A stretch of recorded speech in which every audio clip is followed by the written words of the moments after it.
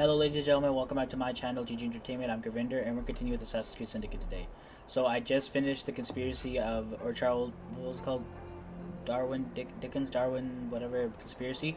And now we're on to Dreadful Crimes, which is just underneath us. The amount of times I fast traveled to this point, the time thing was right here. I have to skip it every time. A simple matter of murder. Solve the seemingly simple murder of a factory worker. It's a total of 10. So it's going to be a longer part, over an hour. Well, depending how long each murder is. I can't promise that it's over an hour.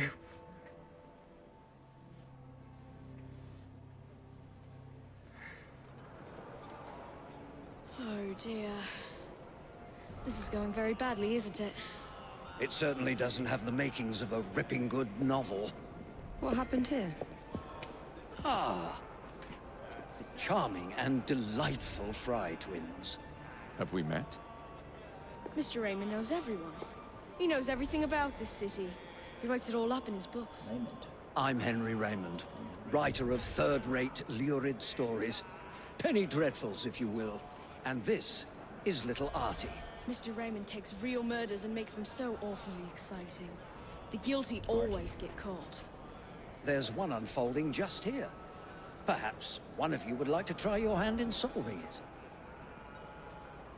I think I'll do 5 as Evie, then I'll switch over to Jacob and do another 5. To find the murderer, use Eagle Vision to search for investigation zones, clues, and interrogate every suspect. Press the options to enter the progression log and access your collected evidence. Accuse the guilty suspect to solve the case and collect your reward. Be careful though, as every false accusation will reduce the reward. Ooh, be careful. Follow Raymond and Artie. I do find crime so delightfully entertaining, don't you? I mean, solving crimes, of course. Finding a solution is exhilarating.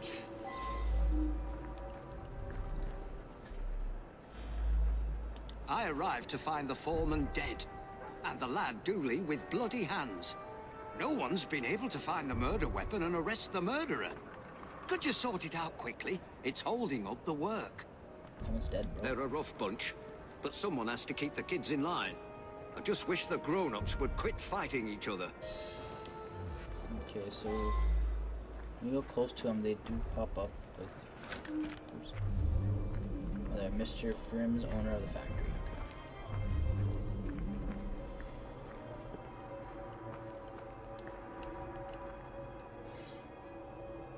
Okay. A deep stab wound to the chest, a bandana obscures the victim's face. Okay, let's talk to the kids. Dooley, Buck's brother, child labor. Who's Buck? He knocks me to the ground and give me a kick. I find me work knife under me and grab it. I lift my hands to protect myself, and he knocks me out with a punch. Later on, I wakes up, and the man's lying there, dead. He's my brother. He don't like to work hard, so one of the workers give him a thrashing. I tried to stop it, and he stops hitting Buck and starts hitting me.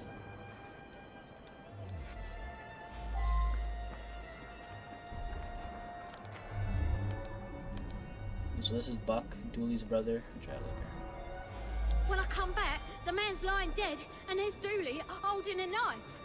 Please don't arrest him. I was standing there, having a think, when a fella come at me and give me a thumping. Dooley tries to stop him, and he thrashes Dooley. I run out to find help.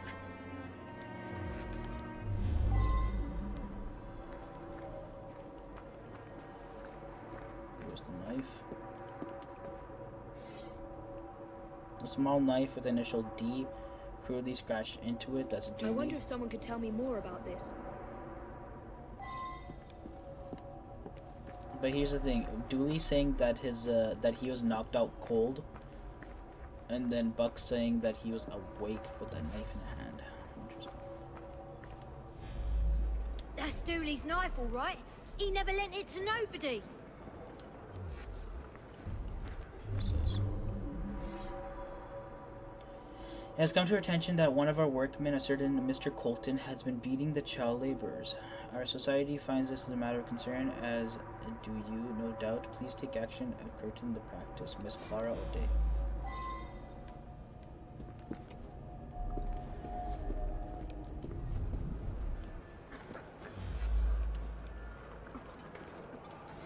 Deep stab wound. Bandana covering the face. He's saying he was knocked out cold.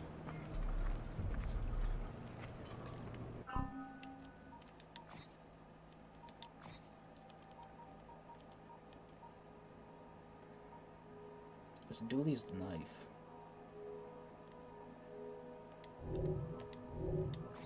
Do I risk it?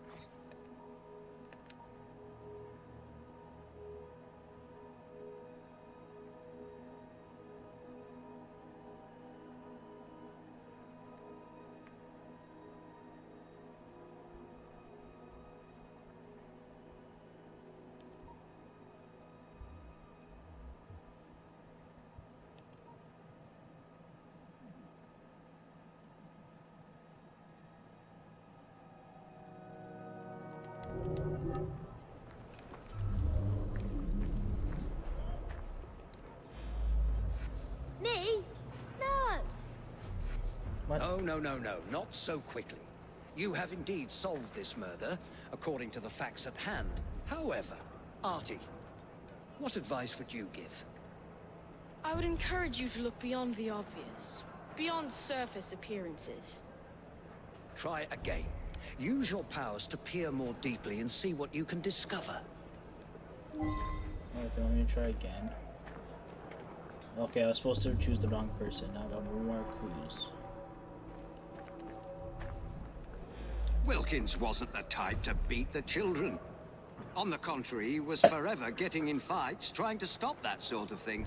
Ooh. The fumes can be a bit much in the brewery. I think When like the men Colton work in had, there, they the wear one bandanas. Clara was talking about.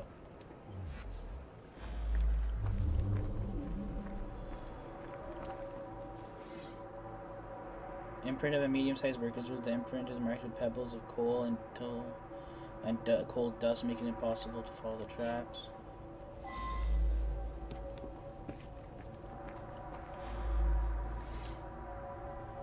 The imprint of a large worker's boot. Try to establish a motive.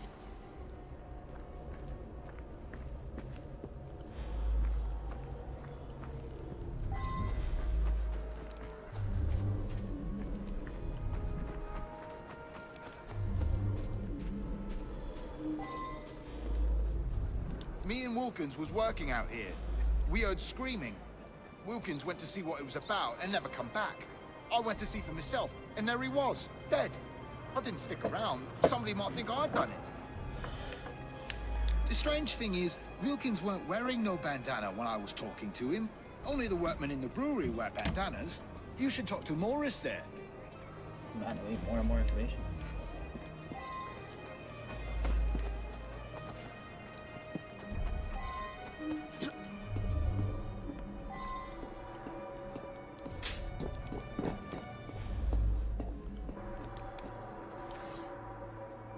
Cigarettes, dubbed out cigarettes. I should go back and ask about this.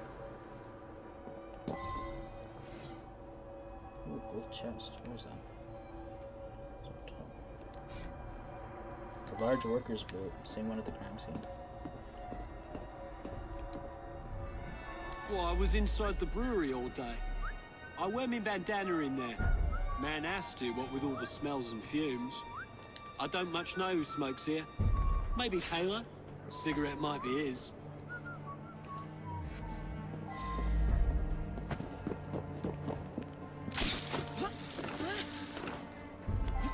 Second. Strap in here. Chest.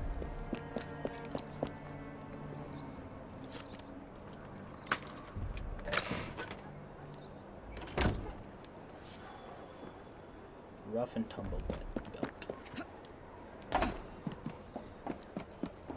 What's Taylor's last name? Is it Colton or whatever Clara said? Or letter? I quit smoking months ago. You know, I saw somebody from the brewery having a smoke this morning. Didn't see who it was, though. That doesn't help me.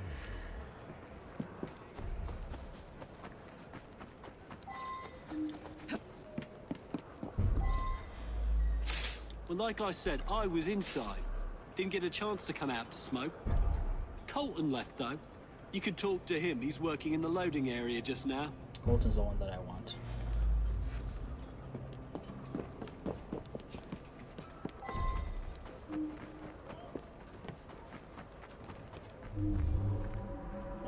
That's over here. Well now, I didn't ask about this. Look for more clues. I was having a chat with one of the others when I heard a commotion and ran in there to find Wilkins dead. Poor bloke. Killed by that filthy little bastard that we feed and pay. I don't smoke. Never did. Oh, very well. So I do smoke now and then. What's the matter? I think it's Colton. I should be foreman here. Wilkins coddled the boys like a mother hen.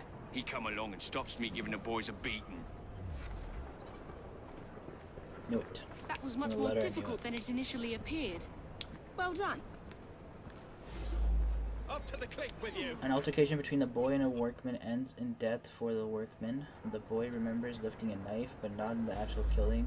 Did he do it? No. In fact, the dead worker, once one John Wilkins, heard screams and ran to offer assistance. Once there, he found the boy unconscious and another workman, Tom Colton, standing unharmed. But Colton, long angry with the Wilkins, thought fast and stabbed the man with the boy's knife. He then put his own bandana over Wilkins' face, quickly thinking, however, did not win out. Colton has been as masked as the murderer. Henry Raymond. Okay. That's pretty cool.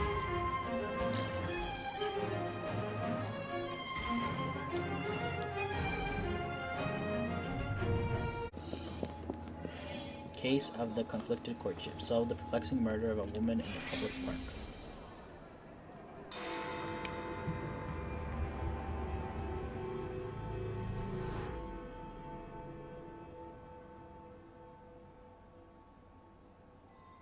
A tragedy in the park. Another chance to sort out a diabolical conundrum. One that I'll turn into a one. Alright, let's go. Don't they accompany me to all of them? No? I don't like the sound of that. It's some sort of commotion.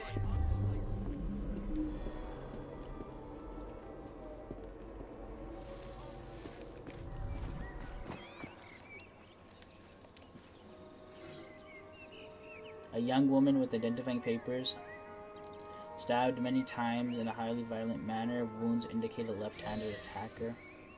Look at the blood. She wasn't. She was left here.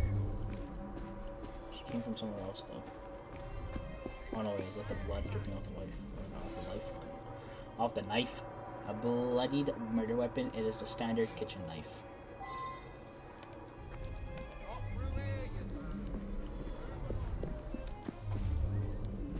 Prudence Brown, stabbed, left-handed attacker, brutal.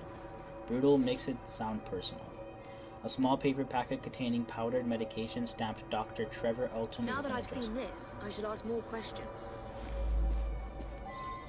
So first, no, this is the park handbag. Contains a appointment diary, 10 a.m. Trevor Park, noon. Gilbert, his house. The address is indicated on the back. I believe I should re-interrogate a suspect. I haven't interrogated anybody yet. Let's talk to Alton.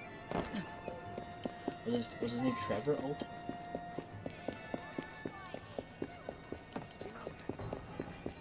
Trevor Alton was someone you're supposed to meet. Or no, Trevor is who you're meeting in the park.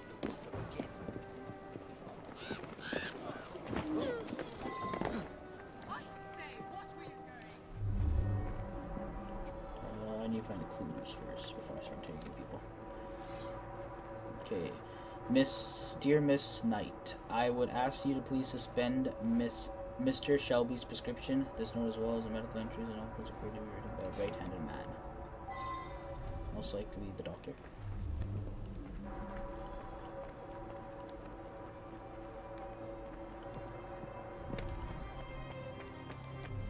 3 suspects in this case. Miss Brown came to see me oppressed by grave anxiety concerning her recent engagement. This was not a medical concern, but nevertheless a prescribed amount sedative. However, she has since embarked on a regular relationship with someone I shall not name. This sister. Interesting. The plot thickens. Since using this treatment, Mr. Shelby has overcome a paralyzing timidity with astonishing success. However,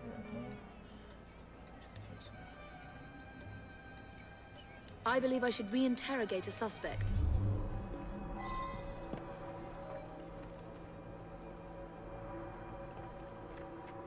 This is all right-handed writing. Still 2 more. Oh, it's still higher up. How do we get higher up?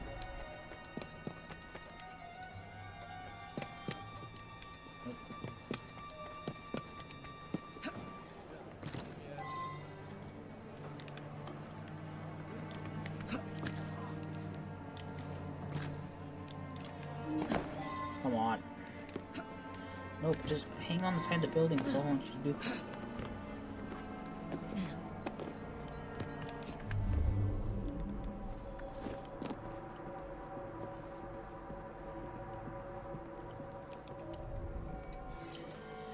Alright, Doctor, I do hope that our professional relationship does not preclude the closer rapport of yours truly for night.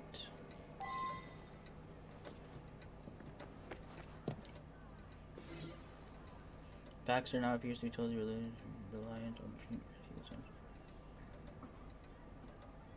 I wonder if someone could tell me more about this. Okay, those are all the clues. Let's talk to people. Who's this? Oh my God, Prudence! How horrible! I was about to propose. But I don't understand. She and I didn't have a meeting arranged today.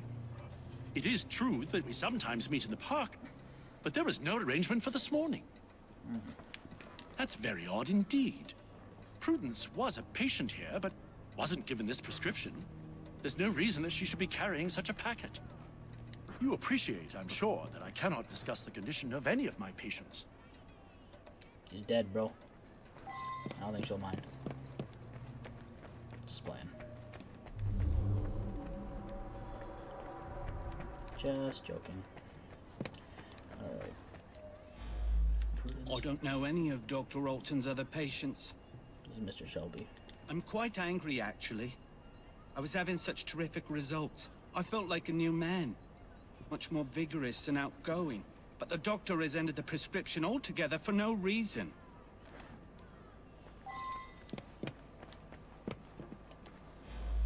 I'm sorry to hear about her murder. She was a patient here, but increasingly began to stop by socially. Dr. Alton makes house calls to see him. Baxter doesn't come into the office. I make up the prescriptions and he picks them up at noon when I'm away at lunch.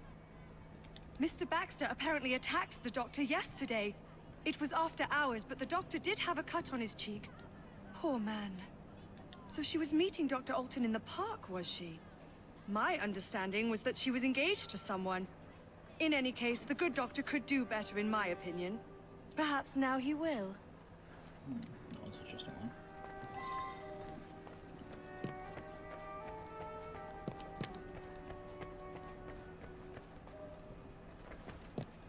Oh, one more floor up. Oh, here are the stairs. An unfortunate incident. One of my patients became overexcited.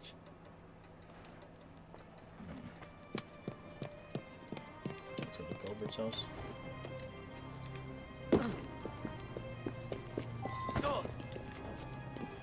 Show a little respect.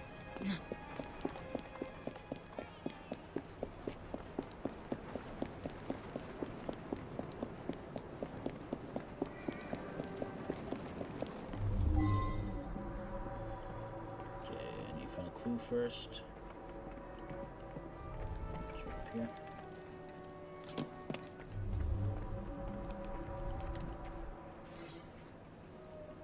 Dearest Gilbert, I have something of that most important to tell you. I shall call tomorrow at noon. Please, dear Gilbert, know that whatever I say, I will always hold in the highest esteem and prudence.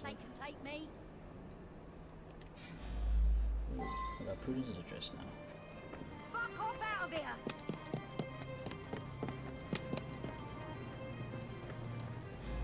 Prudence and I are engaged to be married.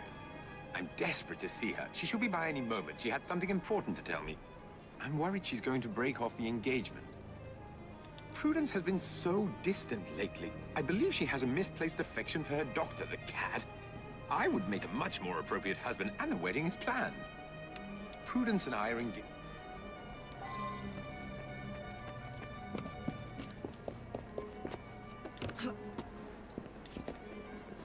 Okay, Prudence address. decided to go up and around instead of around, or just up and over instead of around.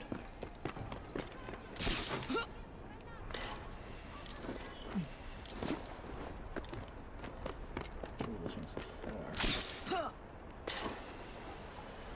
It's past the train station. Whatever this is. No, this is the big one. Never mind.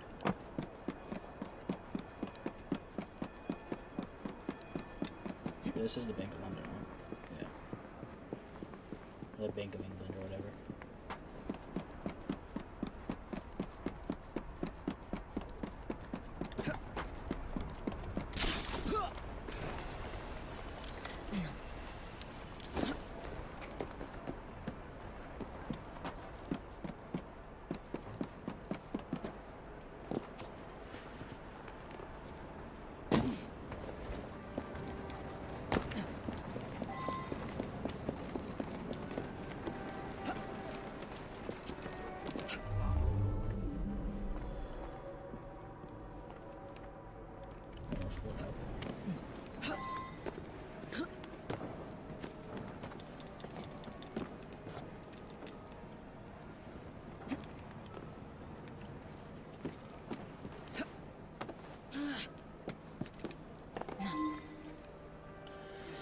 Alright, 2 clues. Several entries stand out. I hold over in the greatest esteem or something going on.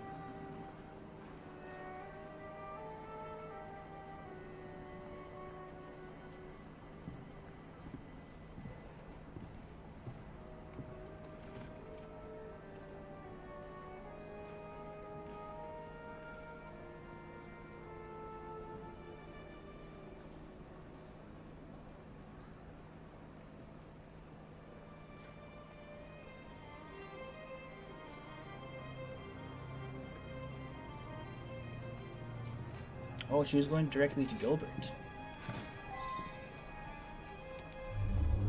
He said she was still to arrive.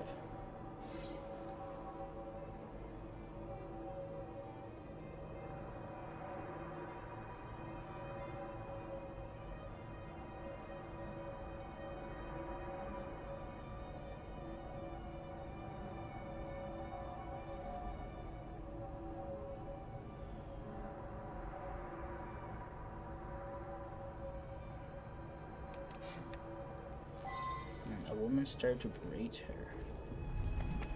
Interesting. I think that might be the nurse from the doctor's office. I saw her kissing my man in the park, didn't I? I followed her to this street yesterday, but lost her. I'll come every day if need be, until I catch her again. That trollop better promise to let him alone, or I'll give her what for. He's all mine, I tell you. All the girls want a bit of Baxter, but they can't have him. You ask him yourself. He lives just that way. Damn, so many locations. Oh, Baxter, that was your place. Get up.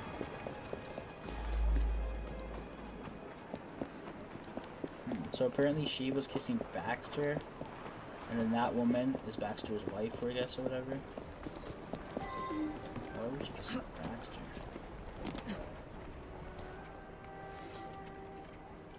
I always get what I want. It is my due, written by a left-handed man.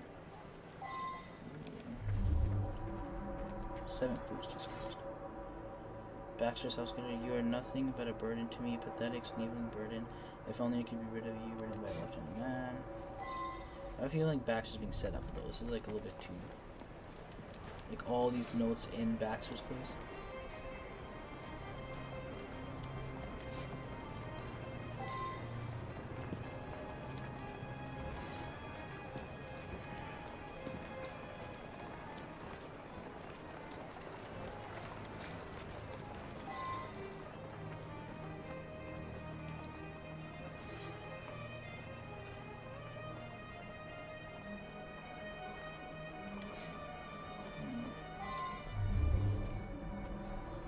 You're a monster of my own making. That's interesting.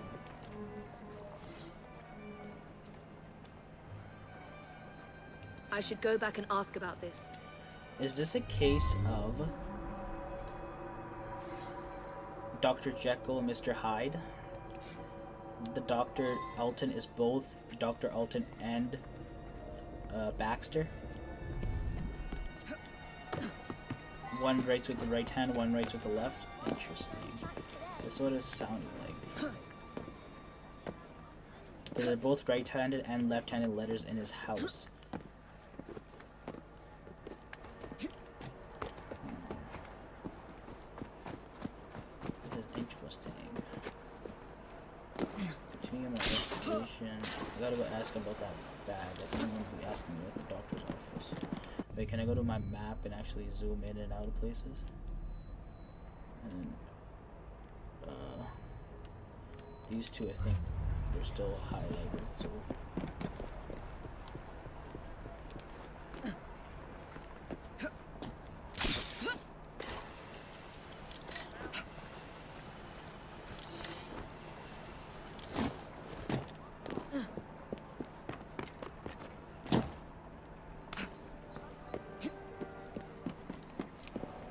oh, I didn't even jump down there.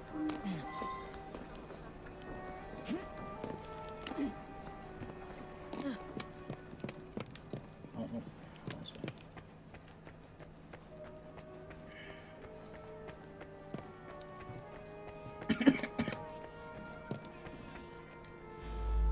That medicine was developed by Dr. Alton specifically for one of our patients, Mr. Shelby. But he's been using it for another patient as well.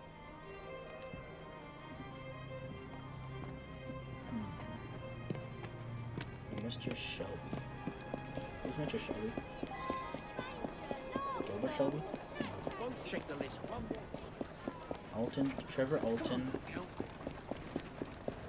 Who's Shelby?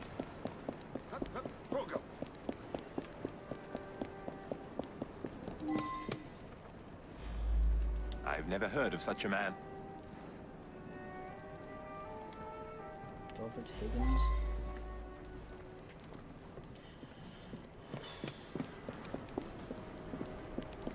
Okay, so I need to go to my database application log. Dreadful crimes.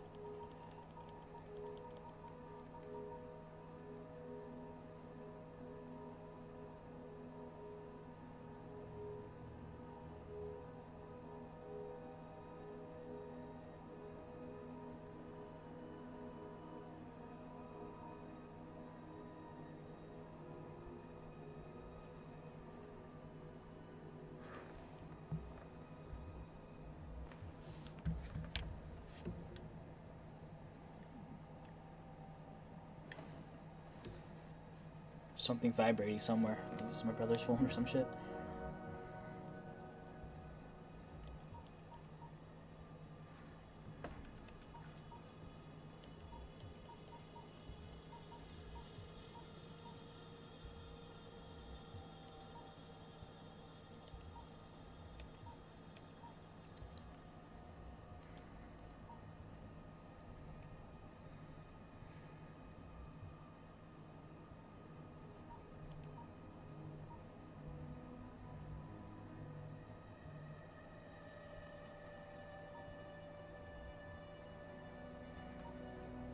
Who is Baxter, though? You're a monster of my own making. It makes it sound like it's a dual personality going on.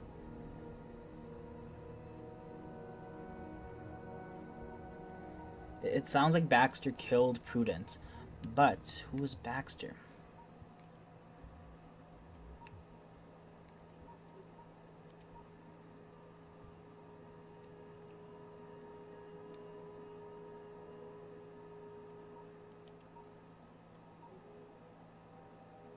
You know, I'm gonna go accuse Alton.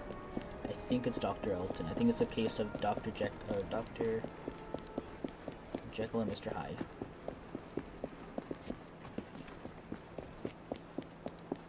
I'm gonna risk it. I don't really care about the reward that much. I'm already like maxed out on everything, so it's not that big of a deal. If I was tight on money and shit and I needed it and XP, then I'd be more careful, but we're just out here trying to get through it, you know?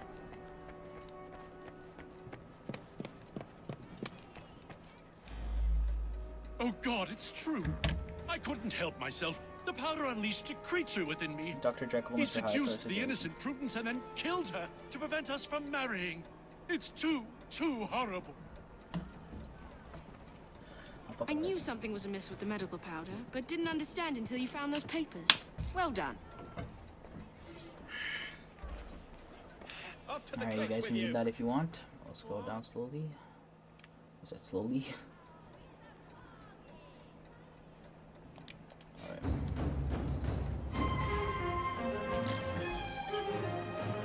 This is a good one though. Dr. Jekyll, Mr. Hyde. Death stalks the colonel. And determine which bullet struck and killed the former colonel. I saw all those like L's and like, I was like, oh yeah, colonel. Because that's how you spell that.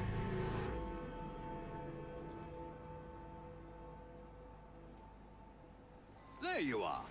This could be interesting. There's no shortage of firearms. Alright.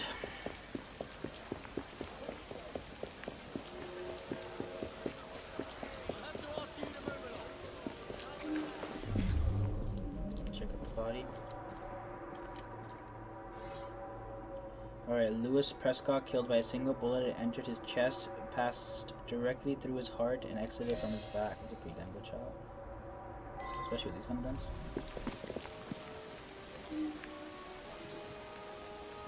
Empty munitions crate clearly marked Prescott munitions number 408.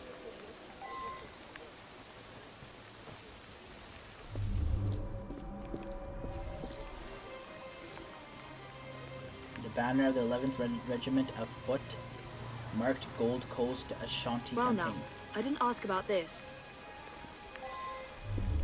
I'm not talking to people just yet. Just back up the clues first. A single white I wonder feather. if someone could tell me more about this. Big old clock. There's a hexagon-shaped bullet lodged exactly below the numeral 12. The clock is Now still that I've running. seen this, I should ask more questions. There's one in the chair. A hole made by a hexagonal bullet. The hole is bloody. Interesting. Yeah, a shot from there. Ricochet to hit this or some shit? What the fuck happened? That doesn't make any sense. There's two shooters.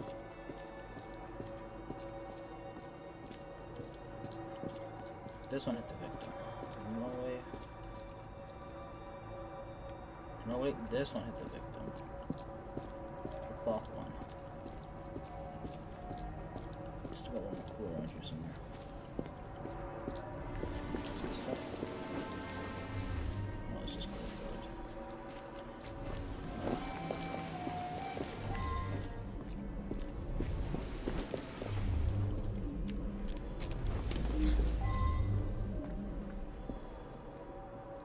There's a shooter here. There's a suspect. Let's talk to you. Him and me like to insult each other. I was a lieutenant under his command in Africa. I love the army. No one questions you when you wear a uniform. Anyways, every morning when he arrived, we'd call out and joke with each other. Yeah. Well, Prescott led a flanking sortie that went wrong.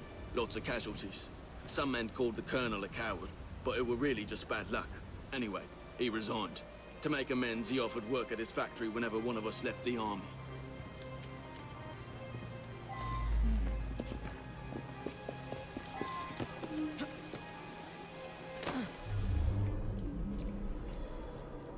Up here.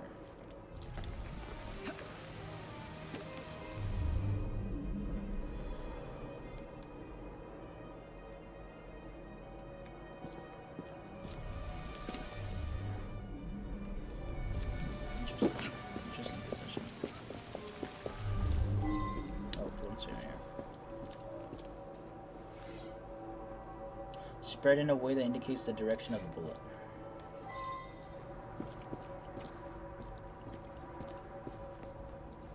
I think it's the clock one.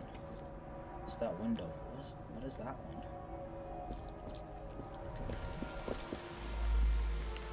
He was a good man. Very honorable. I'm proud to have served under Colonel Prescott in the 11th Foot Gold Coast, Africa. Prescott put that up in memory of the time he led a sortie across the Pra River to outflank Ashanti warriors. Things turned out badly that day. Horrific. We lost several of our comrades. Prescott wanted us to remember them. I was on my way here. Heard 2 shots I did, right at the stroke of noon. Bullet hole in the clock. That's a new one. It could have already been there when I arrived at noon. Or maybe it was the second shot I heard.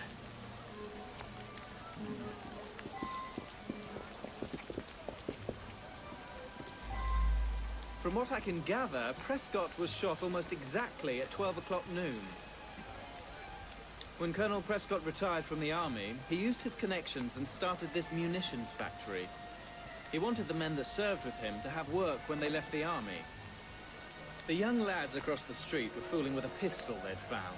A bullet must have gone astray through the wooden fence, hit Mr. Prescott smack in the chest. Bloody unlucky for all concerned. No, I don't think it's that. Apparently they put the clock there while doing some repairs. It still runs, I notice. Okay, now the courtyard's open.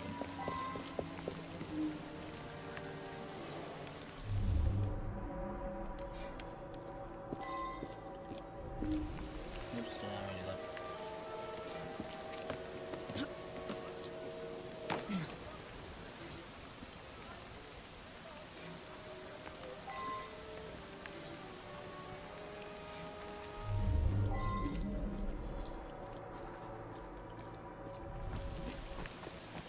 Still got 2 more.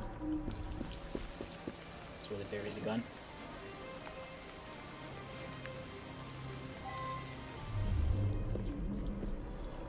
Little fuckers buried the gun, eh?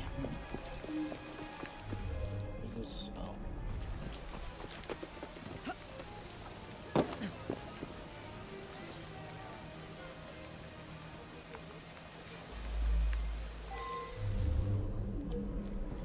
Let's go talk to the kid before I go.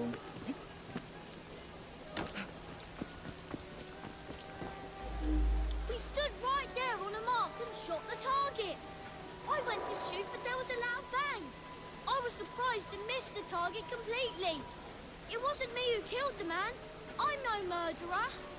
We found a revolver underneath the lumberyard window. Oh. Don't know where it came from. Interesting. I do have something about this. Let's follow the trajectory here. So they shot it from right here.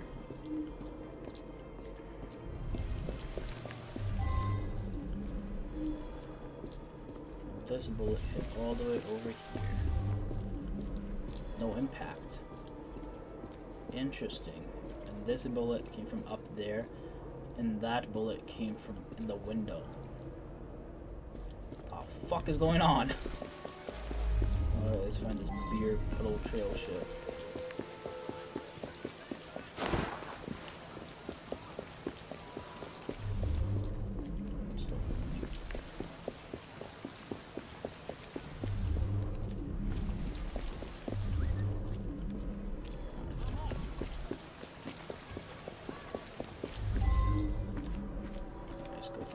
First 4 clues, 2 suspects. There's no round hole through the barrel of the panels. Instead of spent caliber of bullet matches the weapons with that. Oh. There's a barrel there. So I hit the barrel and they took the barrel. The flap bears insignia of the 11th Regiment of the Fox. Okay.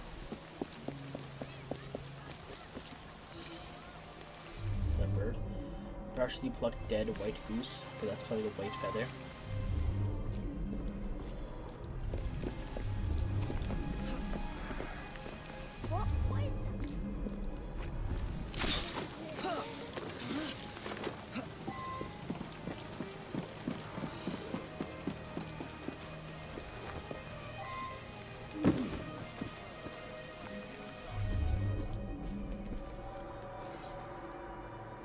Treatment for trypanosomes, whatever, a disease transmitted. I wonder if someone could tell me more about this.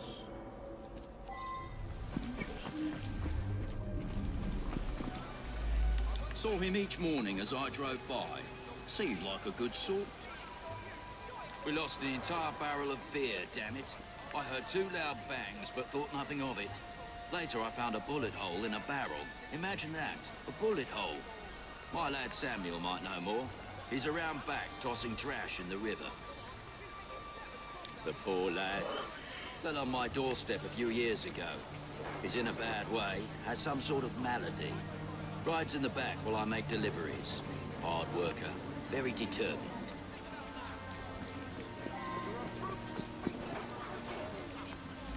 I just drop off beer. Don't pay much attention to people along the way. There was an hole in a barrel. I've got no explanation for that. That's for some sickness I picked up a while ago. Can't remember the name of it.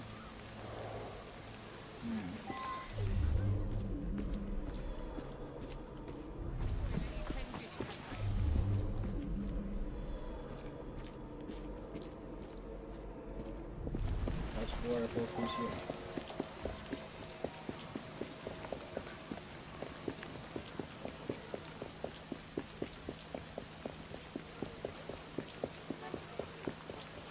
That one's grayed out still. The shop isn't yet though.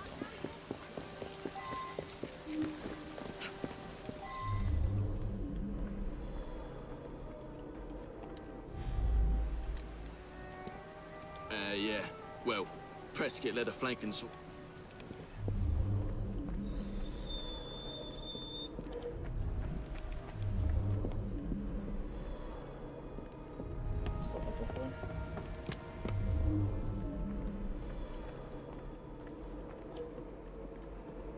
These angles are wild, bro. Okay, so the kid shot the bullet through the fence.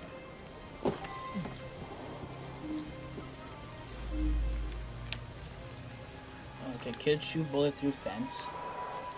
The fence bullet hits over back here. But how did it hit the barrel? If there's a wall here, is that even possible? I don't think so. The one of the shooters shot from up there. This could have been an old bullet hole though. Hexagonal. It's hexagonal. And there's another one here right below the 12 o'clock sign. It's hexagonal as well. And the bullet shape in him is hexagonal, right? Bullet through chest, high precision, 12 o'clock.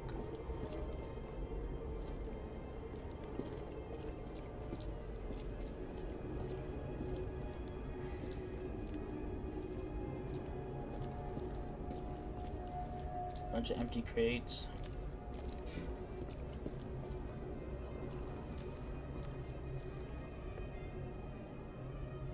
Okay, this is his body right here.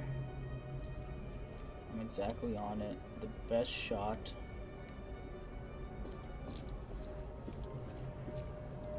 Best shot would be the shop window.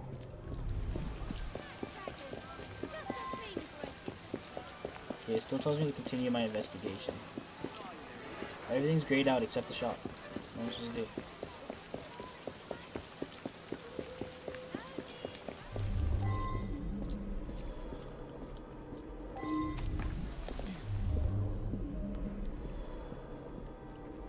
What are the clue those in here? One of those will clue. Curtis shop owner.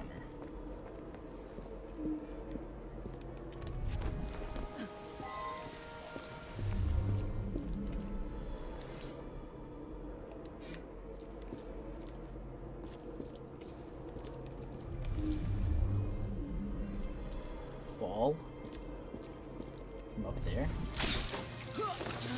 Open this third one door.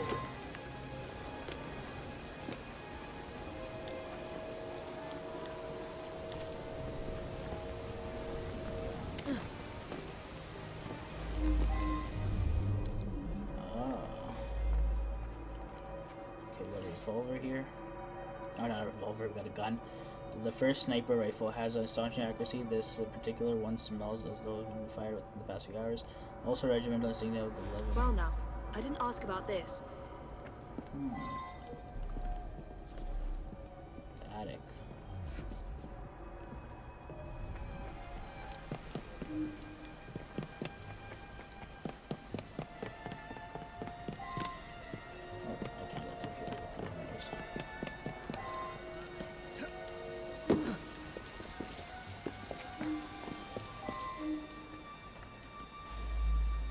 admit it. I sell stolen rifles and pistols. All very hush-hush. Black market. I brought that gun back from Africa. I was a sniper fighting the Ashanti. I used that gun this morning for Prescott's challenge. It's the only Whitworth we have. I'd never sell it. Challenge? I made that shot. Early this morning, Prescott challenged me to plug the 12 from my shot. I missed just slow. No one witnessed it. It was too early in the morning.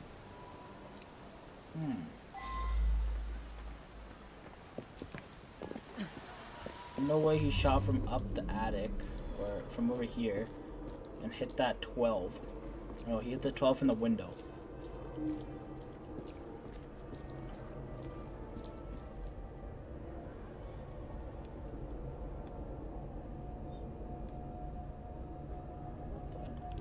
You know what? I think it might be this guy. Oh, yeah, the real people guy. He was in the vicinity at the time. He was in the army, so he would have been a decent shot. I think it's too obvious with the guy with all the guns. His goddamn cowardice in Africa got me best friends killed. He should have faced a firing squad. That. Very good sleuthing on your part. It's a miracle anyone survived, what with all those bullets whizzing about. An army sharpshooter watches this film. Okay, slowly go through this. You guys can read it.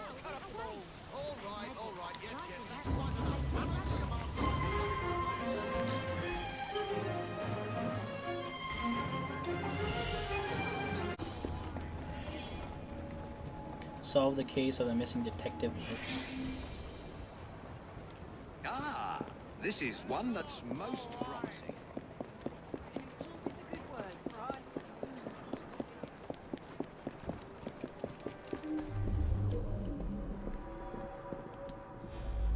He's a friend of mine. The whole station is out looking for him as we speak. Ironically, he came here on an investigation himself. Seems several people have gone missing in this part of town. Oops. We've had reports of missing people over the last few months. Detective Murphy is just the most recent and the only one who's anybody to speak of. Alright, so a lot of people have been going missing in this area.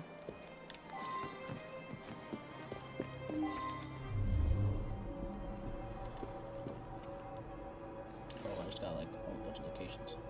A sack of manure for plants. Examination shows a small bit of bone in the mixture. One appears to be a human knuckle. Oh, well, that's not good. Made of soft brushed leather, decorated with diamond-shaped holes. Someone's just chilling here.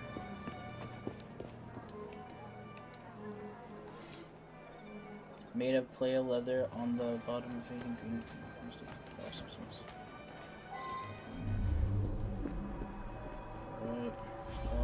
I saw him going into the barber shop when I was on my way to work. In this kind of neighborhood, people come and go.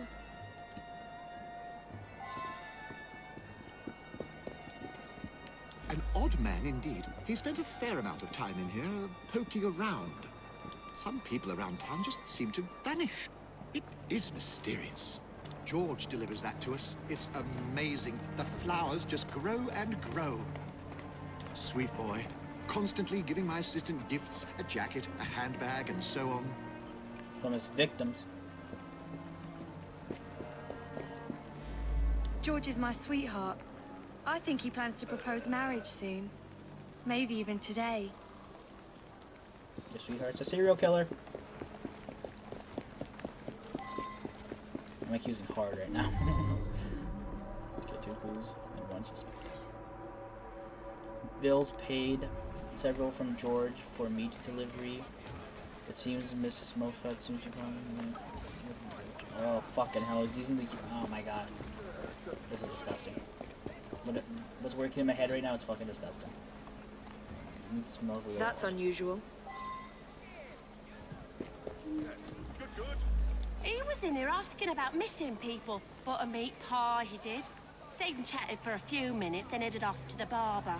Oh man. This guy is killing people, or kidnapping them, killing them, putting their bones into manure, and then I'm making his told meat that some to people have like gone missing, butcher but or some I don't shit. know anything about it. Meat pies. George delivers meat from the pies. Lovely lad. I It's pay human on meat. delivery. I believe he picks it up from the local butcher shop. It's human meat. I'm saying this right now. It's fucking human meat.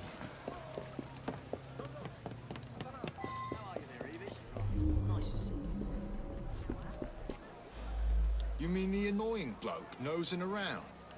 I told him to sod off. I pride myself on the quality of the beef I sell. Somebody selling cheap around here, though, my sales have dropped off. George? I don't know any George.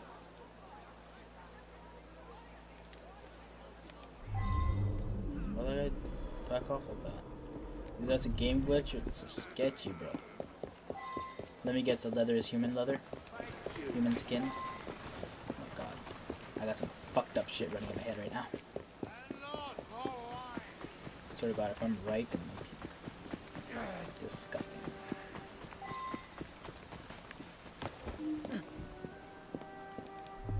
There's 2 clues.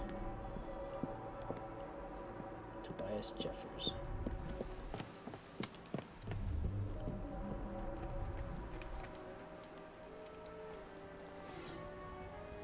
A sheet of leather with a diamond-shaped hole in it.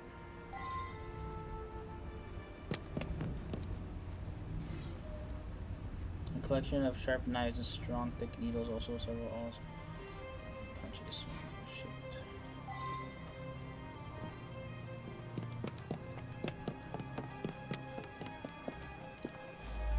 He came in asking lots of questions.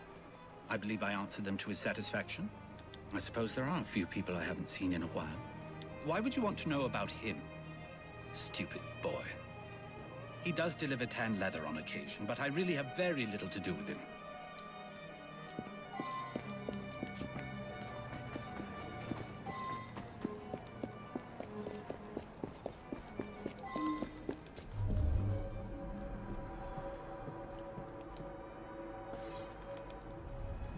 Sharpened barber tools.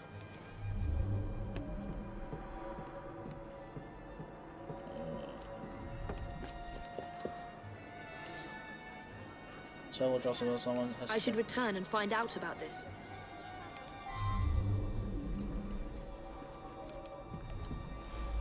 Yeah, I gave him a trim. He asked no-ended questions. When I cut his hair, I notices a tattoo right at the base of his neck. A green Celtic cross it was. You're right. Several people have disappeared over the past months. Some of them were customers of mine. I'm trying to quit drinking. Sometimes my hand shakes when I'm given a shave. George was in here earlier, getting an haircut. He wanted to look nice for his girl. He's been seeing Joanna from the flower shop for some time now. Said he's finally saved up enough money to pop a question.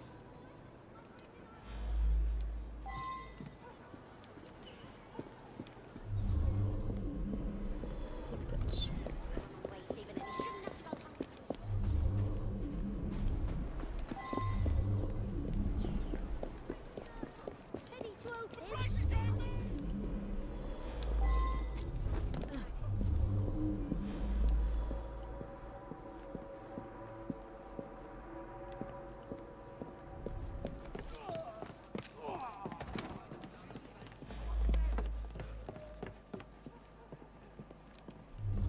Oh my.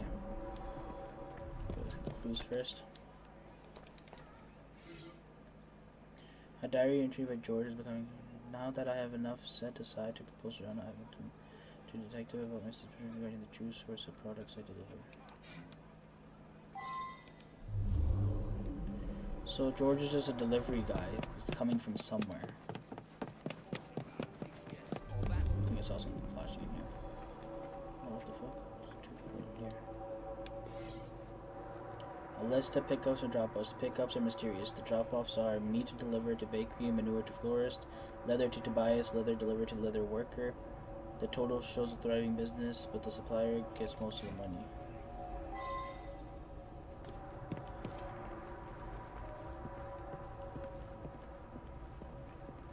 There's another clue around here somewhere.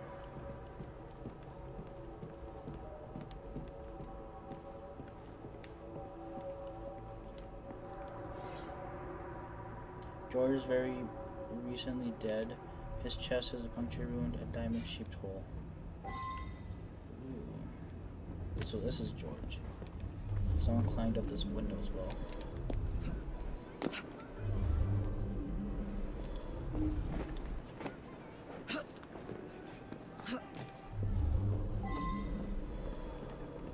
Now where am I going?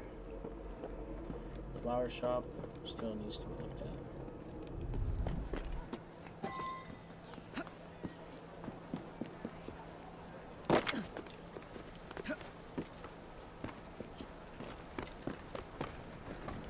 Diamond-shaped hole.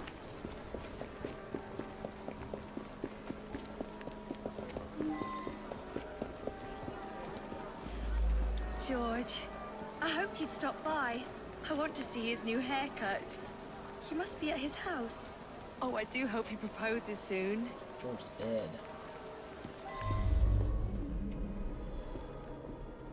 Okay, so George has diamond-shaped holes in him. Dreadful crimes.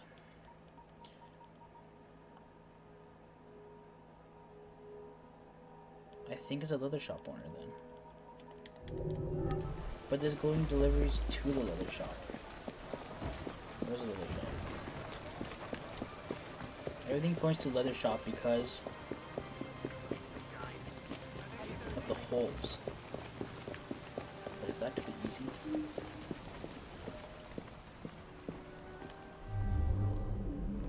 Tobias Sheffers. Okay, let's look at my stuff here. Okay, I got Frederick Aberline. States that Murphy came here to investigate the disappearance of several people. Notes that, okay. Claims that he was annoyed by Detective Murray and told him to go away. Is proud the quality of meat. He's too proud of his quality of meat to be serving human meat, right?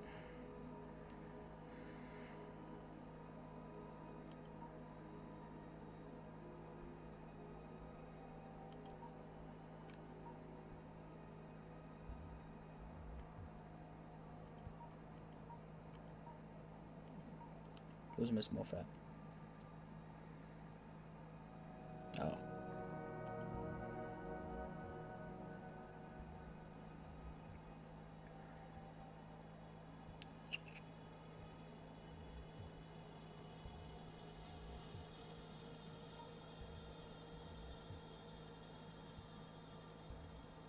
Tattoo of a green cross on his neck.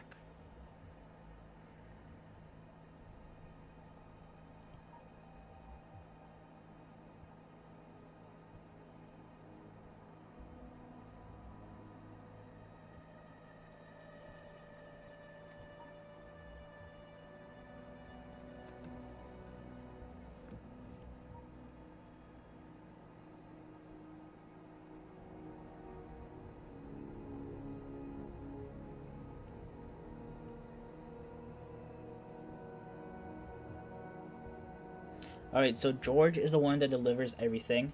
Someone with the biggest connection to George would be the suspect. Now where does George deliver to the ledger? Meat delivery to bakery, manure to florist, leather to Tobias, leather delivered to leather worker. The total, okay.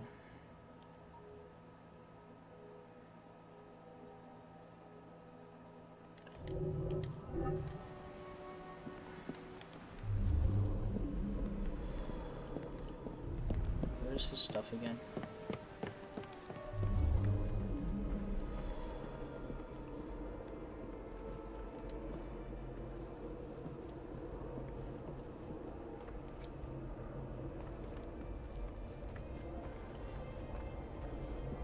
Low-key might think I should make it a butcher shop.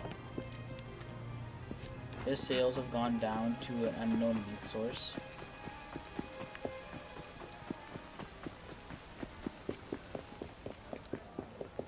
I'm gonna risk it.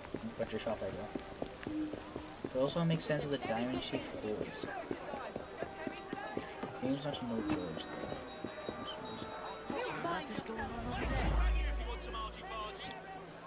Well, I can't make an acquisition.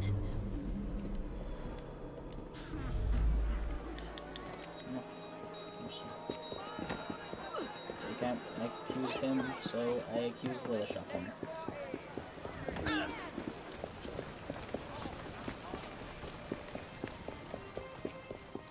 For whatever reason, I can't accuse him.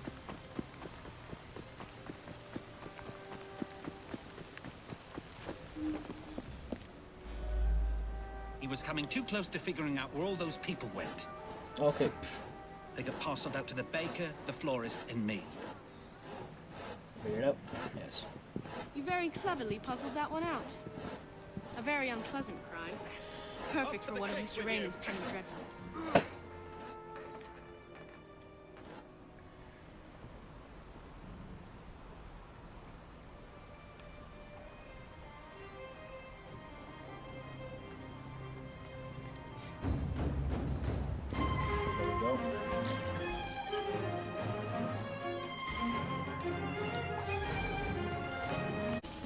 Alright, the mystery of the twice dead professor. Solve the mystery of the professor who once buried returned to die in his parlor. What?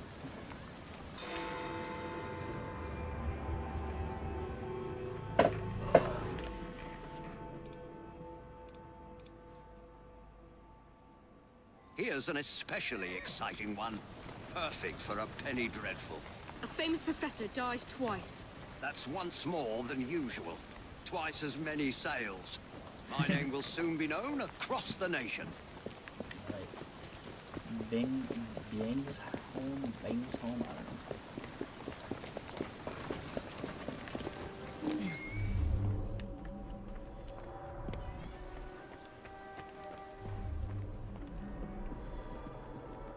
Oh, it's right here. What the fuck? I ran right over his body.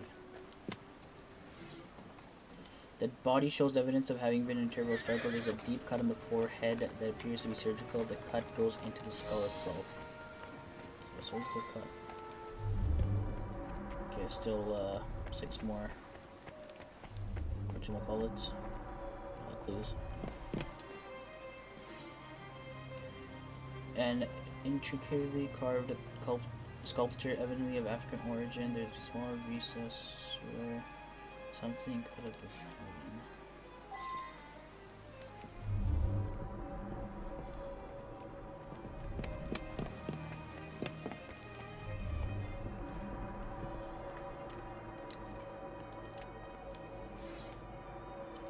An open wooden crate shipped from within London is clearly marked to be open only by Professor being personal. I should go back and ask about this.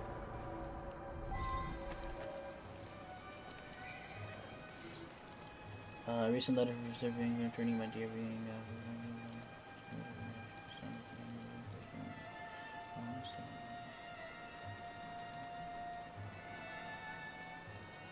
I believe I should re-interrogate a suspect.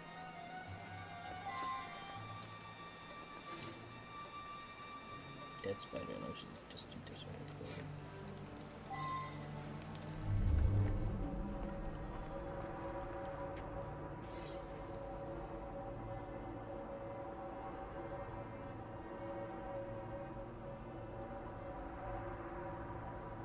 Well now, I didn't ask about this.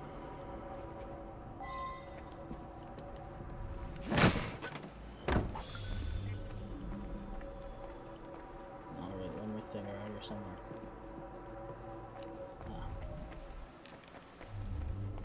All the way down.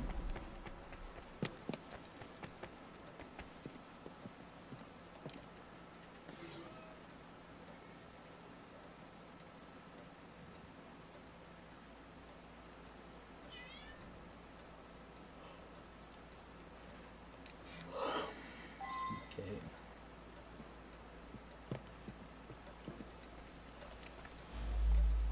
It's unthinkable. Such a great man.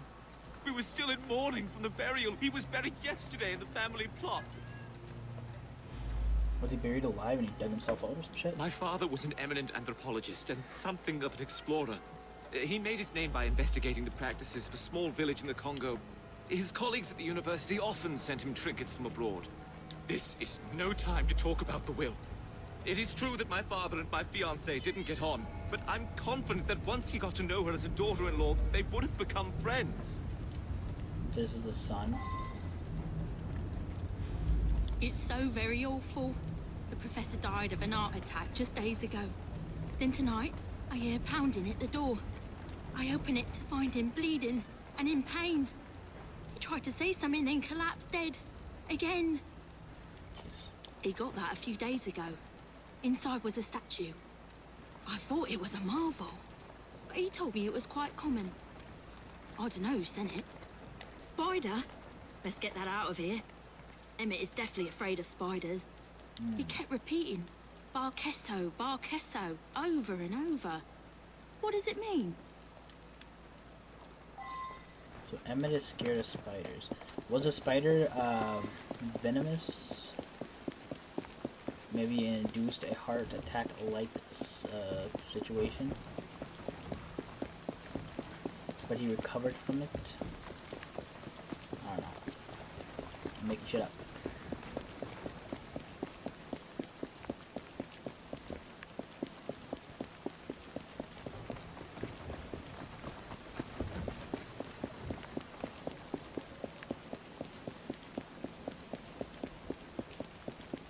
University's right here. Small ass university.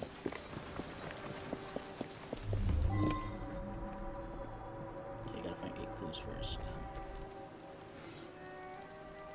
This is nondescriptive receiver 7 pounds.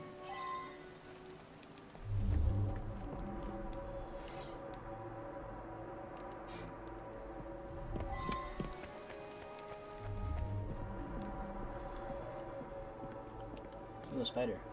Same one.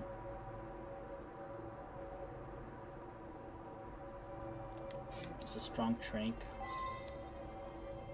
People think he died from a heart attack, but he was just tranked. Buried alive.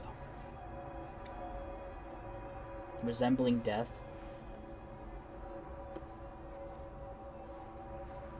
Now that I've seen this, I should ask more questions. I was close, I was close.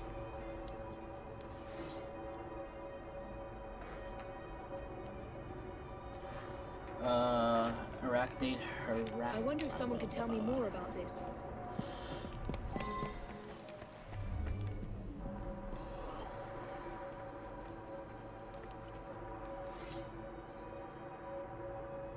I believe I should re-interrogate a suspect.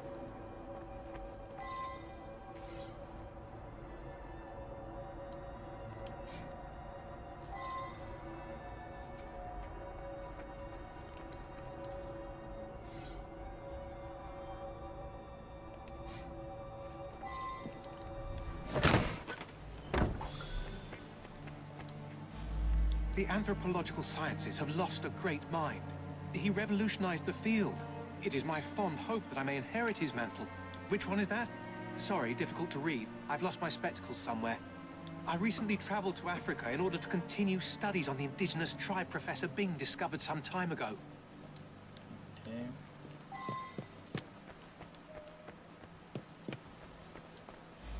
An eminent colleague. He wrote prolifically. Probably no one will ever amass the amount of knowledge he acquired.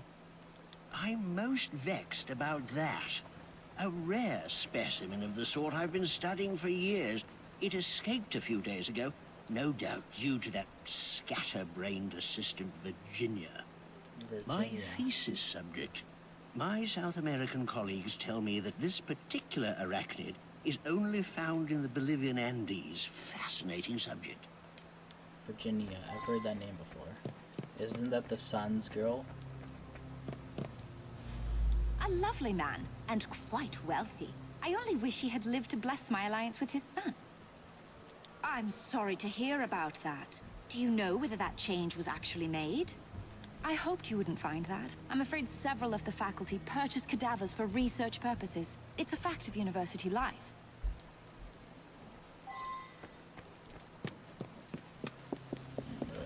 Sausage is always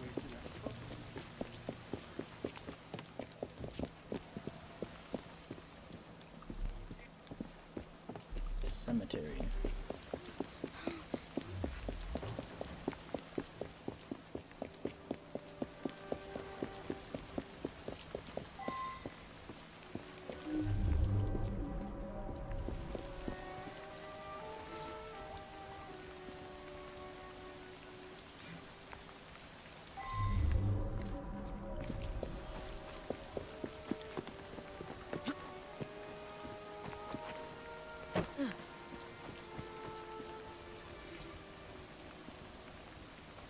I wonder what the other suspects will say to this.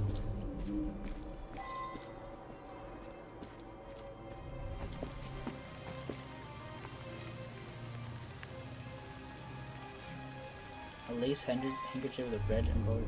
Okay, I saw that at the house as well. Or at the university. Well now, I didn't ask about this. He showed up again. First time that's happened in 35 years of grave digging. Body snatching? That's an insult. I'd be in the slammer quick as that if I got caught. I saw the son lock the tomb myself. So I sell a body or two on the side. A man's got to eat, ain't he? I broke the lock and left him on a barrow just behind his tomb. It was dark, couldn't really see. But some fella come by and carted the old professor off. It's muddy back there. You can nightly still see the tracks. It's plain that 7 guineas is a lot for a bloke like me. I'm careful with me pennies and save for a rainy day.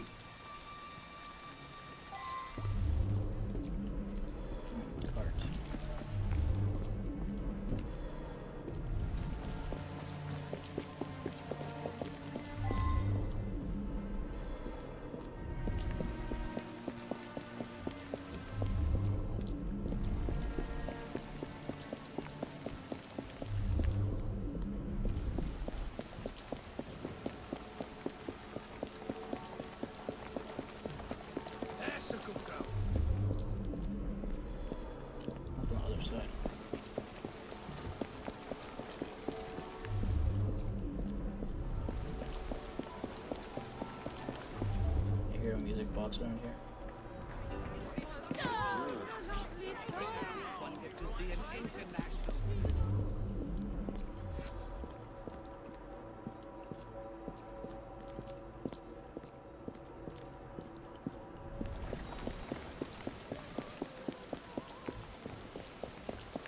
Did I hear that music box?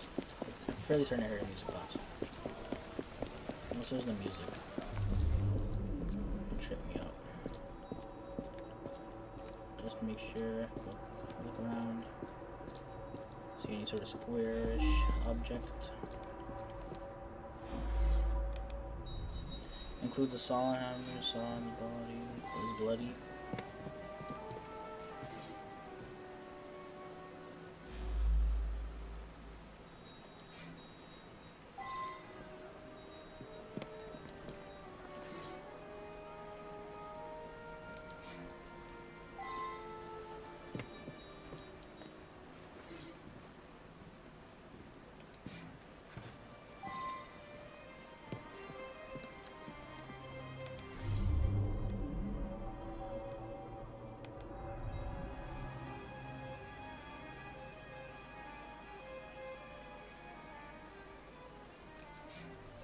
To obtain the elders of the... Okay, I think I know what it is.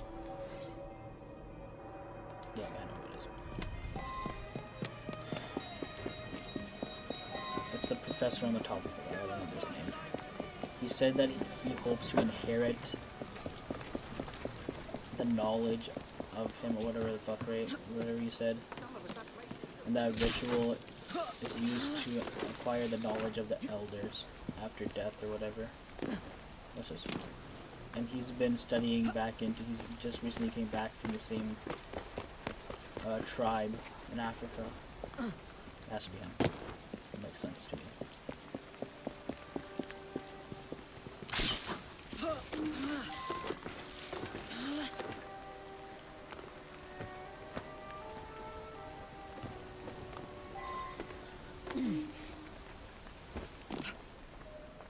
Hello, Professor.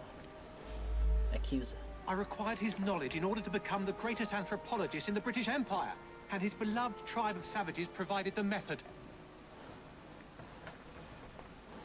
That Professor Silas was particularly cunning and gruesome. Mr. Raymond will be thrilled. Yeah, there you go.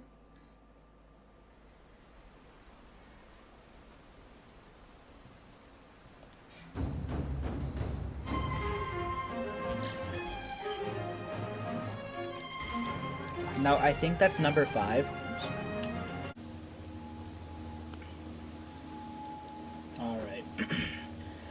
So the perplexing locked room murder. Only 5 more left. Should be doing Gucci.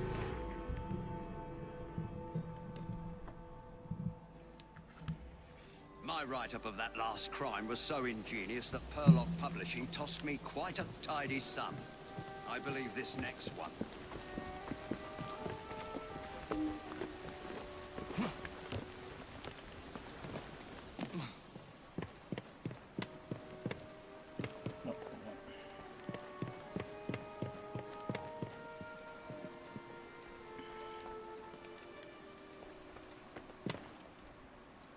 Alright. No signs of a struggle, no wounds. Poison?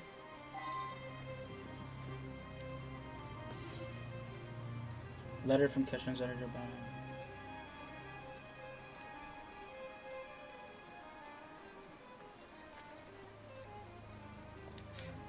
I'm just gonna read these all in my head.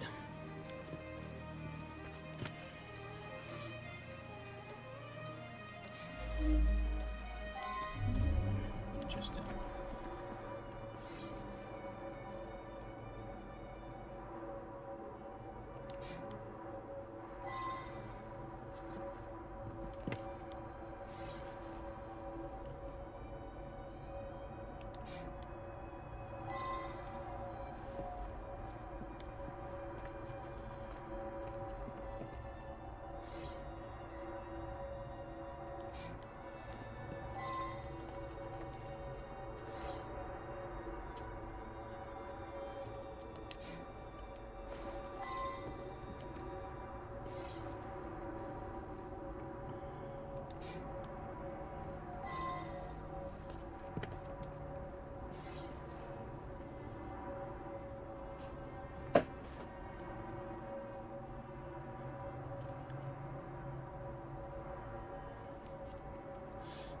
Now that I've seen this, I should ask more questions.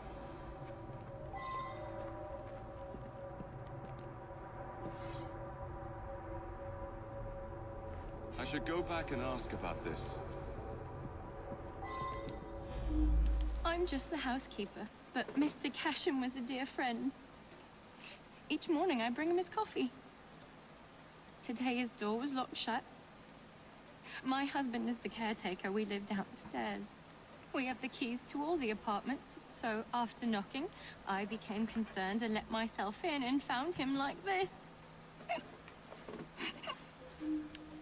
The lights weren't working. My husband didn't want to waste any candles, so we retired early. Mr. Cashin was a respected music critic, a very accomplished man.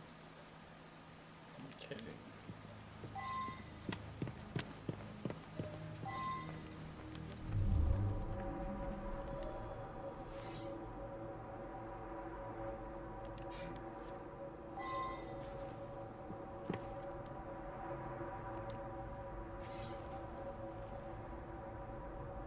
Now that I've seen this, I should ask more questions.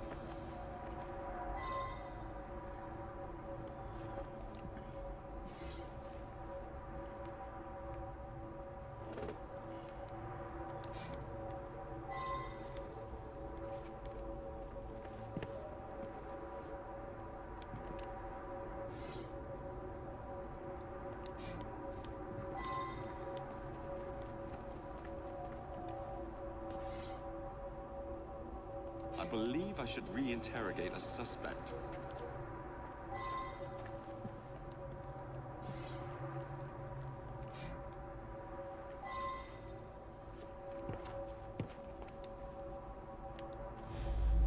Gone just like that, eh? He lived right next door and often came home from his concerts a bit drunk and singing at the top of his lungs. Drove my wife near crazy. Cashin had an eye for the ladies, no question. I was a bit jealous of him, frankly. I was down in the cellar, fiddling with my experiments. That belongs to Mr. Golden. He's an awfully nice chap. We let him use our apartment during the day when my wife and I are out tending our shop. He likes to rehearse here where the light's better. I'm an amateur chemist. Henman let me set up a few experiments in the cellar.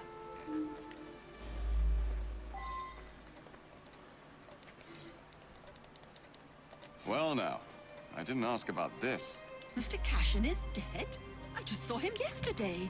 He looked in the peak of health. If you ask me, he paid a bit too much attention to the caretaker's wife. Scandalous, really. They must have seen each other nearly every day. Last night, I was knitting in that chair. Then I felt quite sickly and opened the window to clear my head. I certainly didn't hear anything. When the lights quit working yesterday, that sweet Mr. Golden handed out candles to everyone. He's such a nice man. The nice one's always the right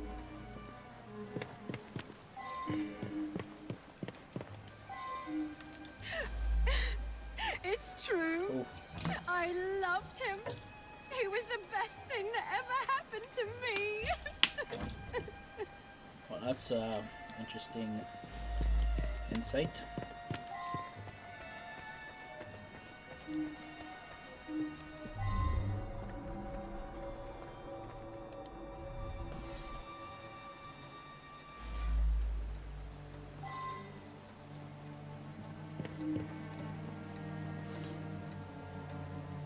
I believe I should re-interrogate a suspect. There's a yellow candle in the murder room.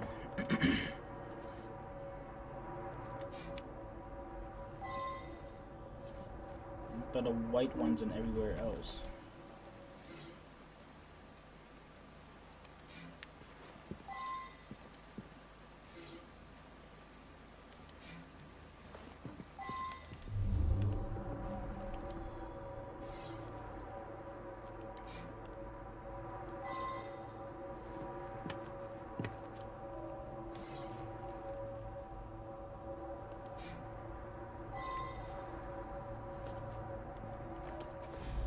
I worked very late.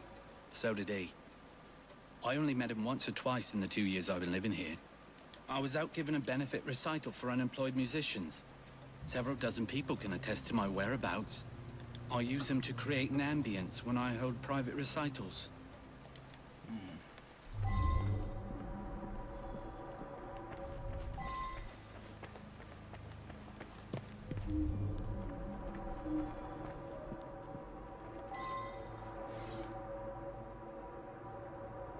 Now that I've seen this, I should ask more questions.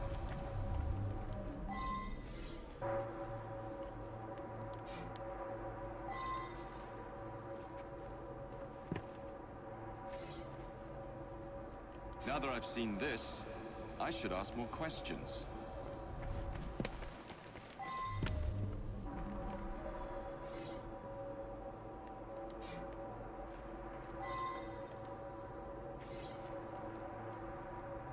Well now, I didn't ask about this.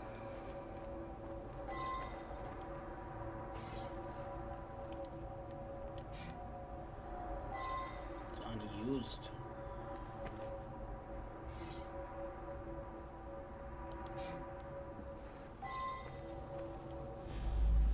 Mr. Cashin's dead. Difficult to believe. He led a quiet life. Out at concerts most nights. Shut up in his room writing the rest of the time. He must have been a lonely man. My wife felt sorry for him and helped him as often as she could. I'm in charge of the running and upkeep of the whole building, so I can get dirty now and then. I was just doing some work in the basement. I forgot to put it away after I fixed Mr. Golden's music stand yesterday morning. I left it there, and he came to give it back. The gas quit working yesterday. I don't know enough to fix such things safely myself. A man from the company is going to come by tomorrow.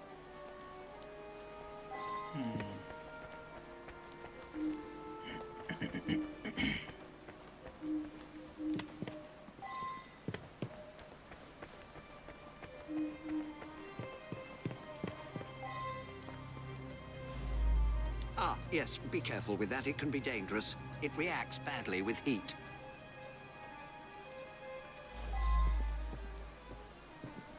I think I know who it is.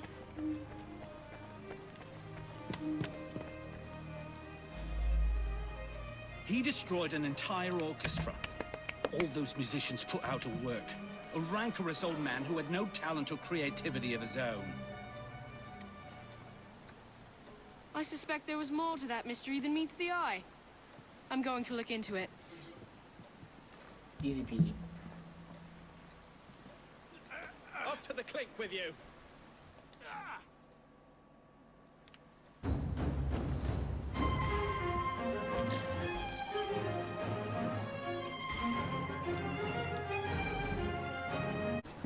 Alright. The most hated man in London. Deduce which of all the potential murderers actually killed Ashton.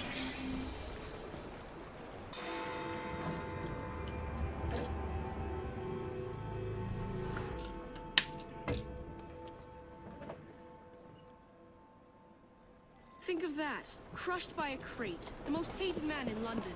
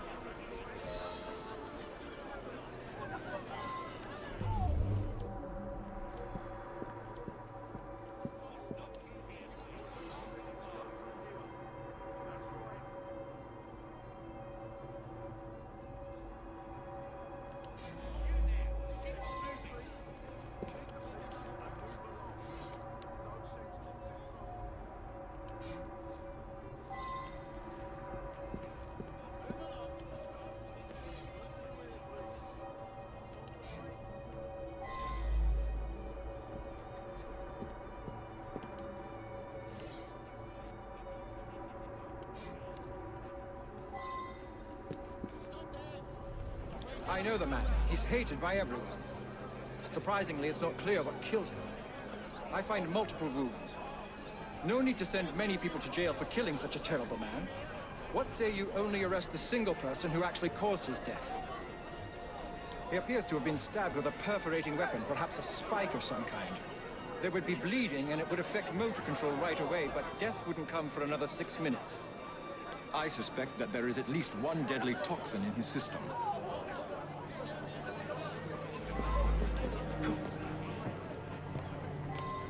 All locations already found.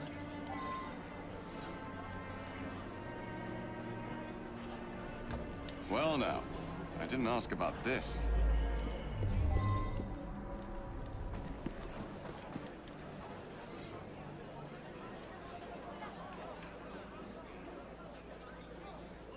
I should return and find out about this. The man's a right bastard. I hope he's smouldering in hell. I'm not a crane operator. I wouldn't know how to work that. My best chum is maimed for life, and Ashton didn't care a fig. He deserved what happened. Beyond that, I'm mum.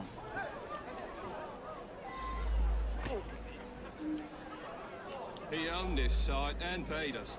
We all hated him because he looked for any excuse to cheat us out of our wages. I didn't hate him any more or less than my mates. That's around the time I'm given a few minutes to eat something. About then I would have been buying myself an apple at the stand down the street. It's difficult to work properly. You'd have to know what you're doing to drop it at just the right moment. Eddie? Yeah, I taught him how to work the crane a few days ago. Sketch, homie. Okay, you do know how to work it, but you lied. I won't accuse him just yet, though. Mr. Frye? Mr. Frye, hello there.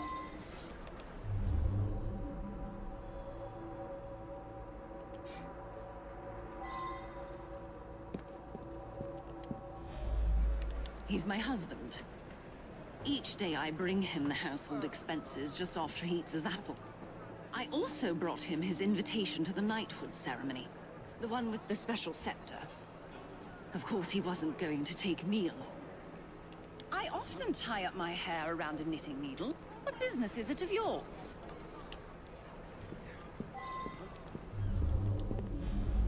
He stopped by here every day at the exact same time.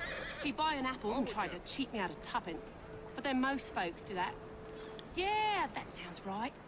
Came by for an apple. He was here when we heard the crate hit the ground. Oi! You blooming kill someone!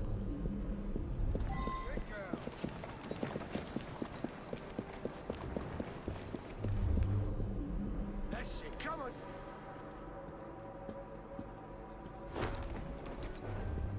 105 to 107.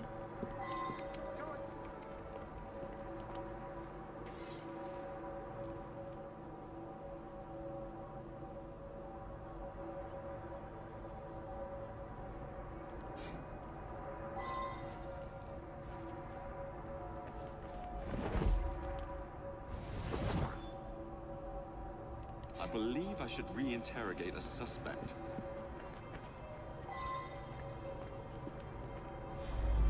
Ashton stops in front of this pub every afternoon to check on business rumours. Something of a bastard, Ashton. Told me he had a bit of jam on the side, if you know what I mean.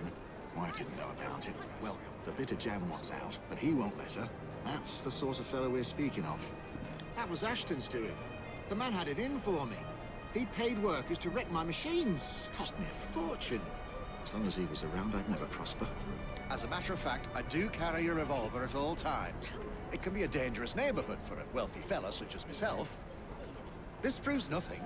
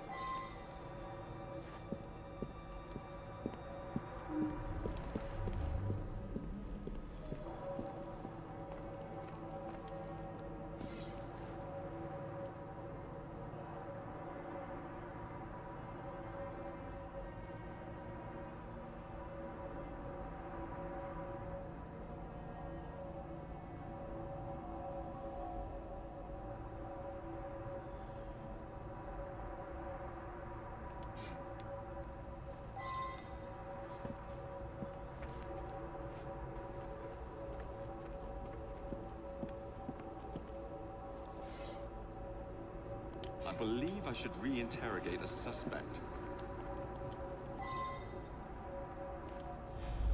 He's been coming to me for years. He arrives precisely at 1 o'clock and leaves 2 minutes later. He takes a bluish medication every day and prefers that I administer it. Mary is a trusted assistant. As far as I know, she's completely above board. Today, she swept the shop and prepared some medications. She also fetched herself an apple from the apple stand. This really is none of your business. He came to me for his blue medication. I gave him blue medication.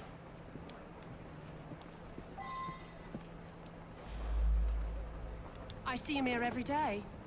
He can be unpleasant, but I don't really know him. Alright.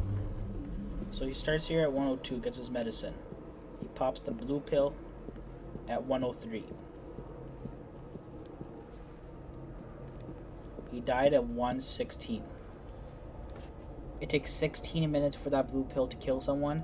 He died in he died 13 minutes from when taking the pill. So there's still another 3 minutes unaccounted for. So it can't be the pills.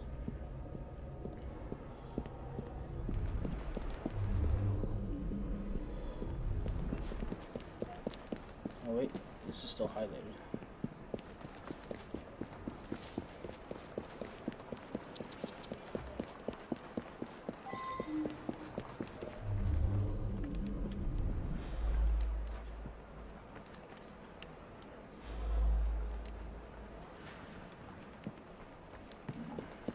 For a reason, still highlighted.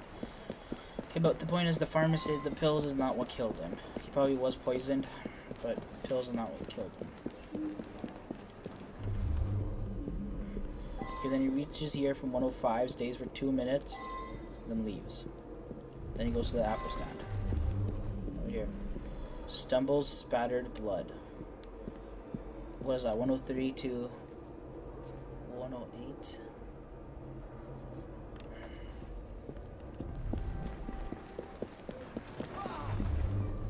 103 to 108.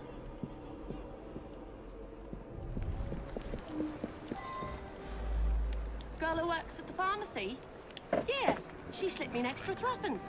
She had a special apple just for Mr. Ashton. I gave him that one when he come by. Mr. Ashton did look strange-like, eyes all yellowish, and then he turned pale after he picked the apple. Almost green, really. Okay, wait, hold up. Let me go back to my inventory screen here. Alright. Aggression log, dreadful crimes, pharmaceutical.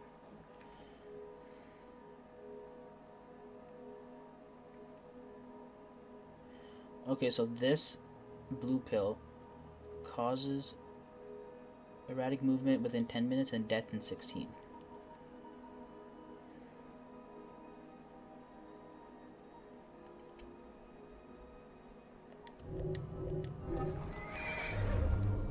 What time is this? 109 to 116. What was that? 7 minutes?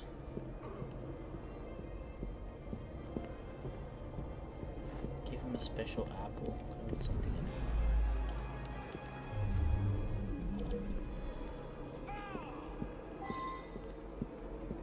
The question is what killed him.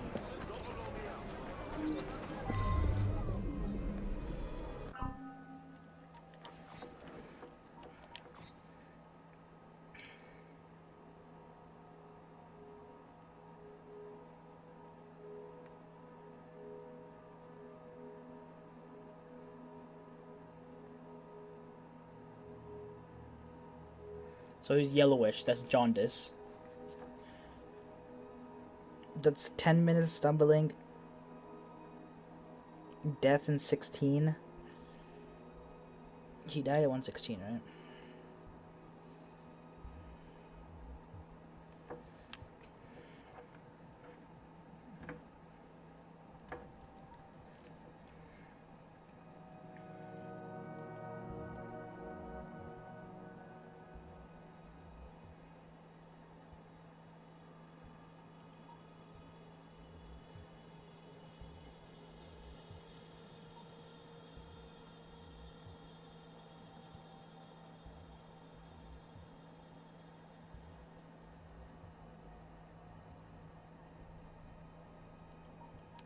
I know who it is. I think I know who it is. She's pulling that one.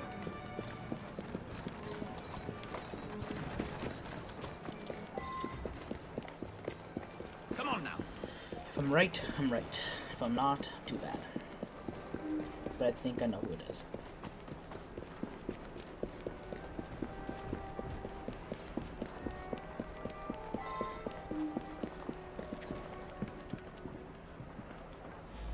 Quite right. I asked the apple seller to give him a special apple. Is that a crime?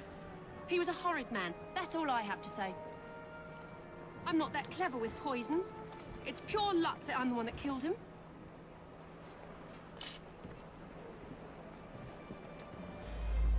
I don't believe the timing of the poison indicates that I'm the one killed the man. More's the pity. Alright. It's not the pharmacy people. As I said before, I don't really give a shit about the reward. This one's actually really confusing. Too many times.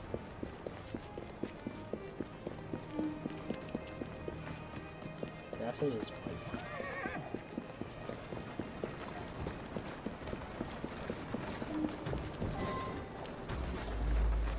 If I killed my customers... Very well. I found out about his dalliance with that girl from the pharmacy. It's not the first. Divorce is all but impossible given his influence with the clergy. I'll be the toast of the town. Did I get it? A very unpleasant fellow. But what was that business about a knighthood ceremony? In any case, Mr. Raymond will have a story for Purlock Publishing. Okay, what was the wife? Fuck. Up to the click with you. That was a failure one. That was a fail one.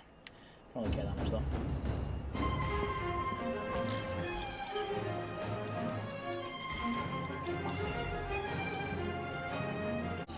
Alright, next stop, murder. Solve the murder of the body found on the banks of the Thames.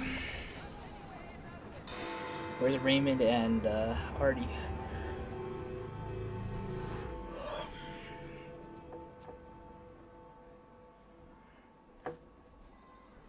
Hey! Someone help! Some trap found something down there. Looks like foul play. Nope, no, no.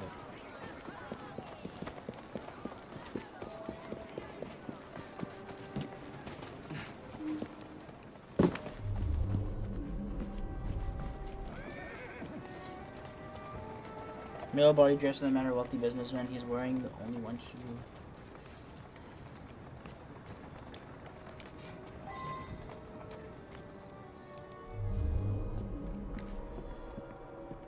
Drag box.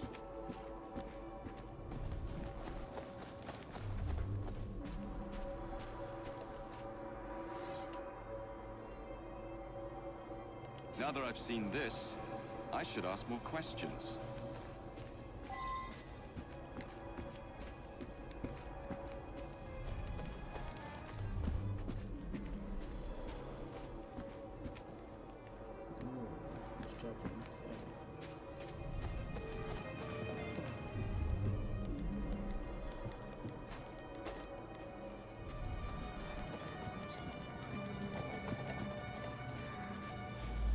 I heard a splash, and right quick pulled this bloke out of the shallows. Dead as a mackerel. I live there now, if you can call it living. I lost my job, didn't I? No need for the likes of me when a machine can do the work.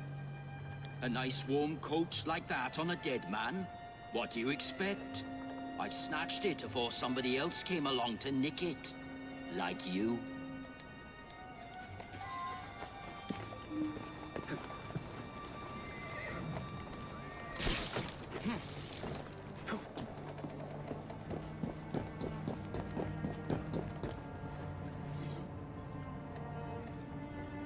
Well now, I didn't ask about this.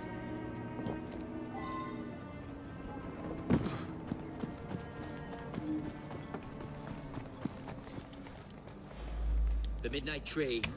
That must be the 616. Stops in the station down the road. If you hurry, it might still be there.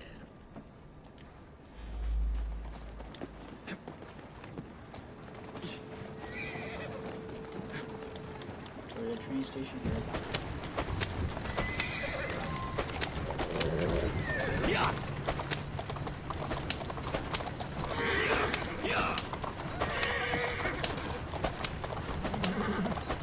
You want to avoid traffic, just drive this out.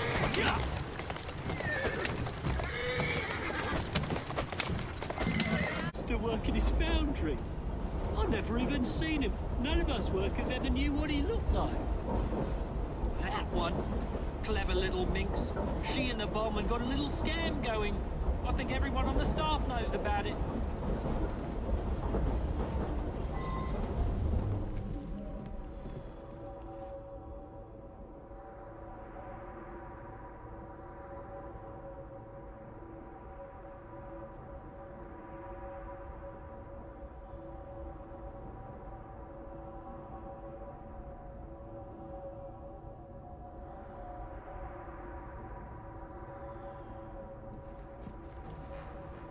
Hello? Okay, there we go.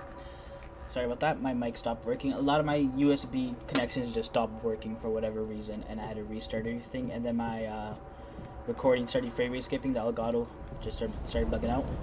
So I just had to fix everything real quick. So if you see a frame rate or a skip here, or anywhere before this, it's because of the frame rate issue.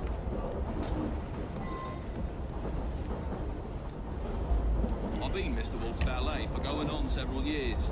He's frail and needs a man like me to help him about.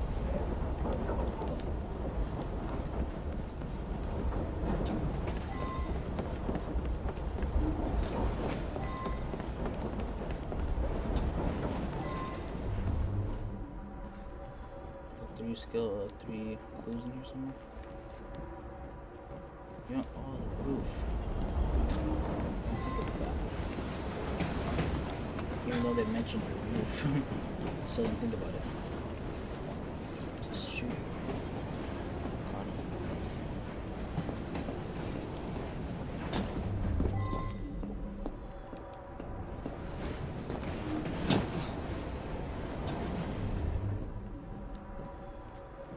Oh, it's a one-all.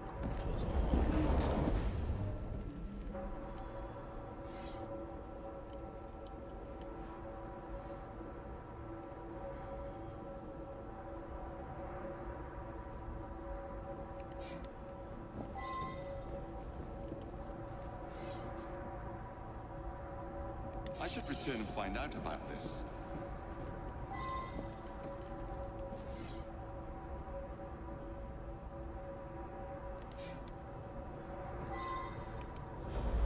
It was a typical evening.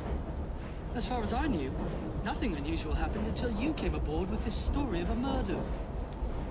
Just another wealthy passenger. They're all pretty much the same. I was tidying up in the passenger car. Around midnight, Vivian ran through. She thought someone was looking for her. She rides the train often. She's very friendly with the other passengers.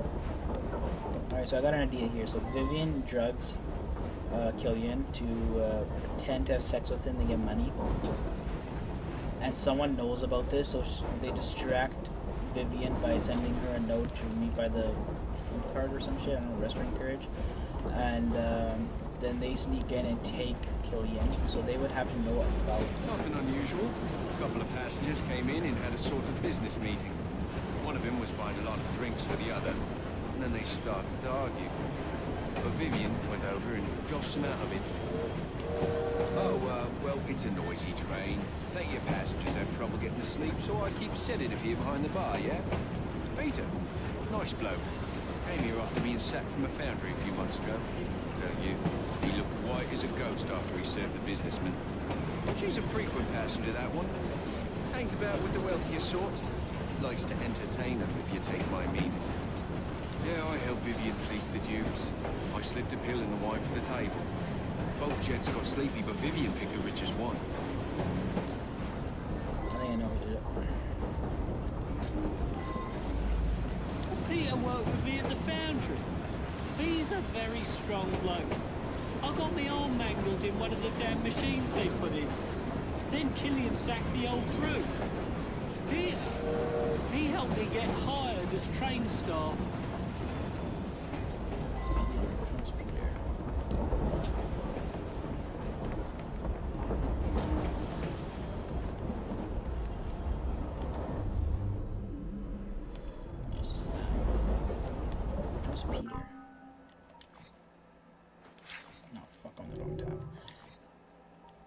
Dreadful crimes. Suspects. Vagrant. Peter. Oh. Restaurant carriage.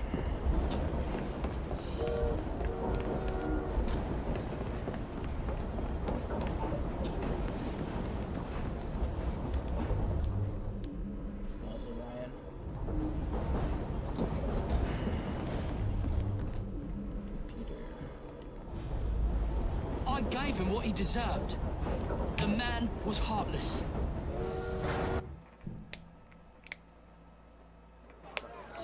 Constantly cracking my knuckles. Such a habit. There's been a murder.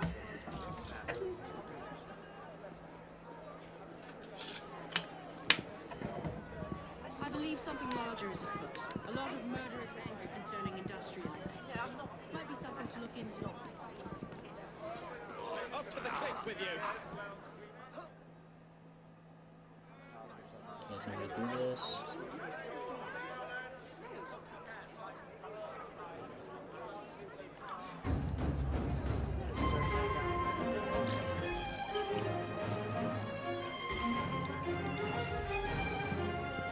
Here we are.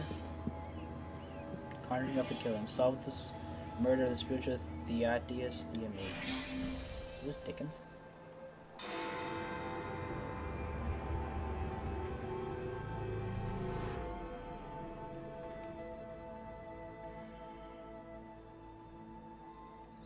My dear friend, the Ghost Club has an extraordinary case for you.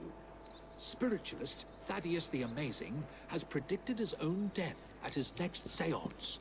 Could you have a look? Psychic's house.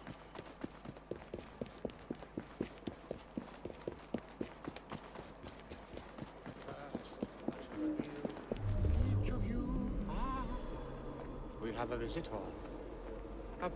What is happening here? Help! Not yet. Someone, light the lamps. Oh. He's actually dead. I would love to inspect the body.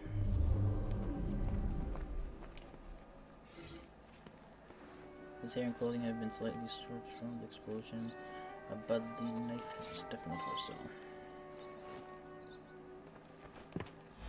I have no doubt that his powers were genuine. He was able to tell me of my daily comings and goings, and all manner of details that he couldn't possibly have known. He certainly was going to be able to put me in contact with my sister. I'm so sorry to lose Thaddeus. The oddest part is that he claimed all would be revealed to each of us before his death. I don't know why I spoke to her. I wanted to investigate first and get clues.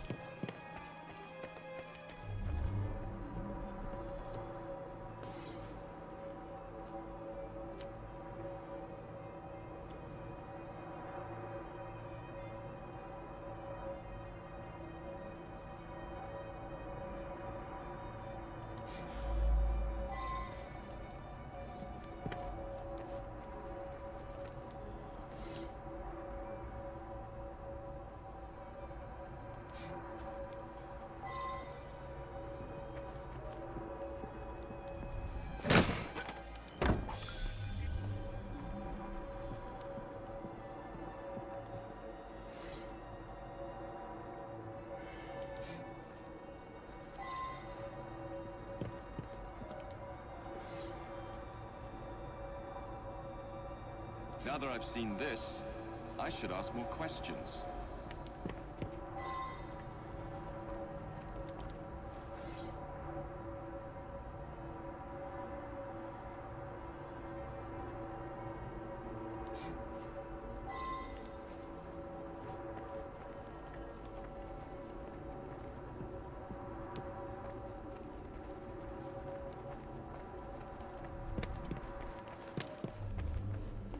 Firecracker or dynamite or something? Timer and flash.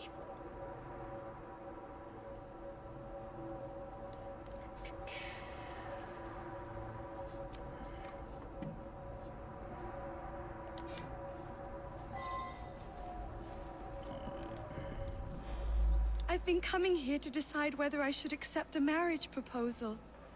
Thaddeus had been attempting to contact my departed sister so that she could give me advice. Thaddeus was a kind man who sincerely wanted me to make the best choice. Now... Oh, fuck. Okay. I'll go back and read it. He was an incredible psychic. I came to clarify some personal financial matters.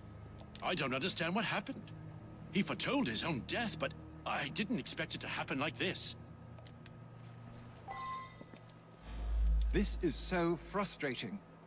I had a simple question, but have had to come back for seance after seance, week after week. Each time Thaddeus divined a partial number from the other side, but never the entire correct number. Today he promised that I would get everything. Thaddeus felt that if I signed some papers, it would demonstrate to my dead father that I had absolute trust in Thaddeus. He's been playing all of you. I sought him out after the death of Mittens. I was so hoping to hear from my loved one. I'm convinced Thaddeus could have communicated Mittens' wishes to me. I must know to whom Mittens wishes that I should leave my fortune. And now Thaddeus is lost to us. I shall never know. Mittens is my beloved kitty cat. She was run over by a milk wagon several weeks ago. I've been trying desperately to contact my sweet thing ever since. I'm not well, though, and likely haven't long to live myself.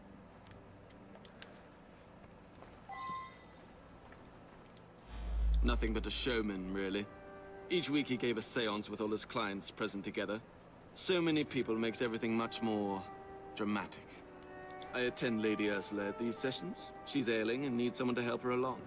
I have no particular belief in an afterworld, but if it comforts Milady, I see no harm. Okay, we got Robert's house, Casino with Lady Ursula's house.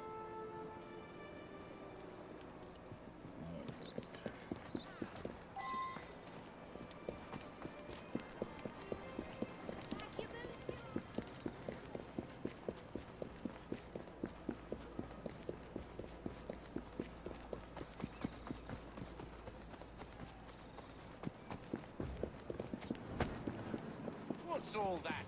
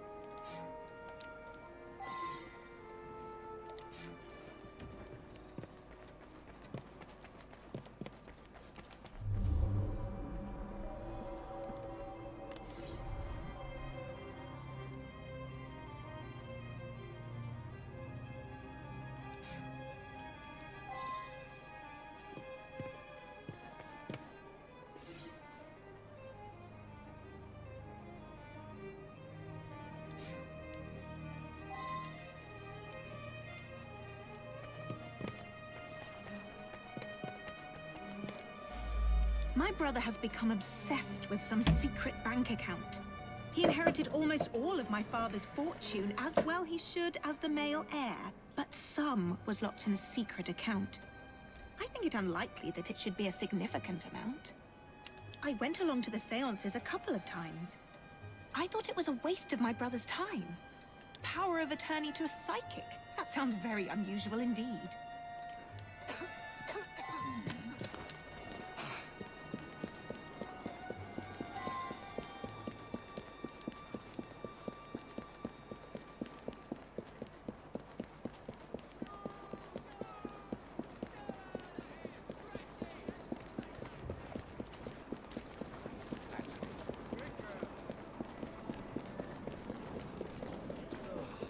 Suggests a female. It's an escritoire. Yeah.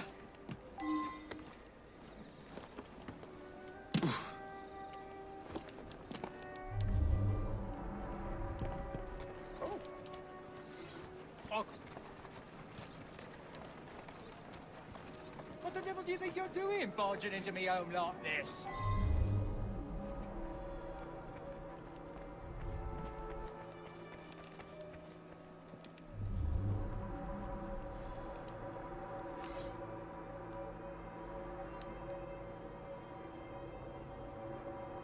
I wonder if someone could tell me more about this.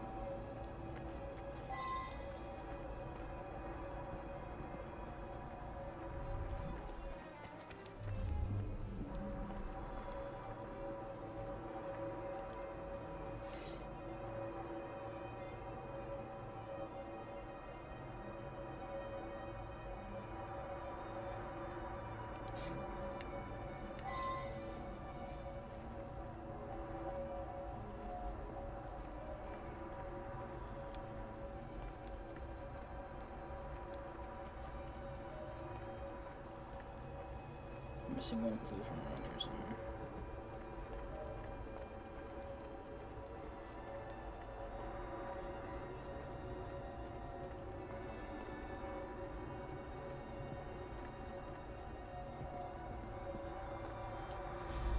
Her father mentioned this swindler to me. I understand it's because of him that my engagement has been delayed. I know the owner of a local brewery, and I'm convinced his business will flourish. He just needs some financial backing. Now Janice is free to be married at last. I'll invest my dowry in the brewery and make a fortune.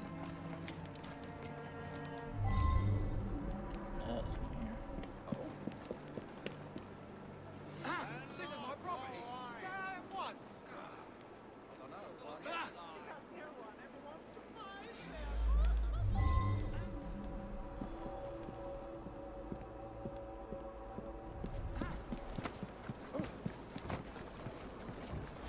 What the devil do you think you're doing?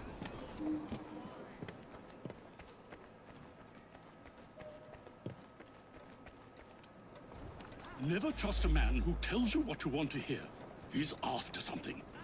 Taking advantage of my daughter's love for her departed sister. With that charlatan gone, things can get back to normal. My daughter's engagement to Everett Boyd can be announced at last. Janice's eldest sister was strong-willed. Janice always followed her lead. That's why it's so sad that she asked her advice, even in death. time for Janice to think for herself. I know what's best for her. Think for herself and The then know girl what's best for Janice's age should be married. Everett is a very sensible young man from a good family. He'll be very successful, I'm sure of it.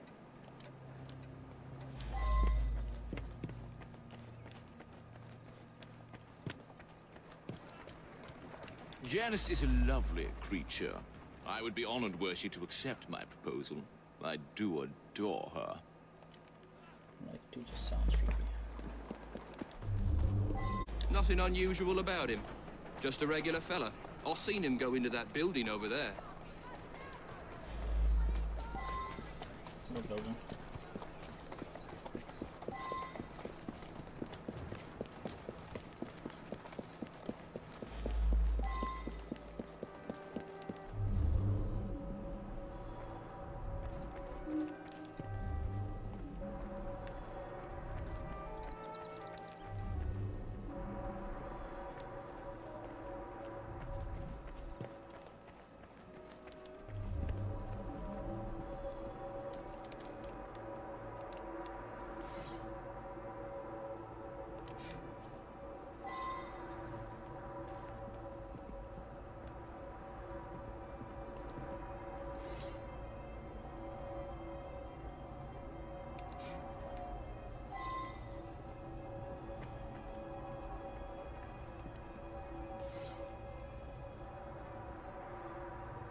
I should go back and ask about this.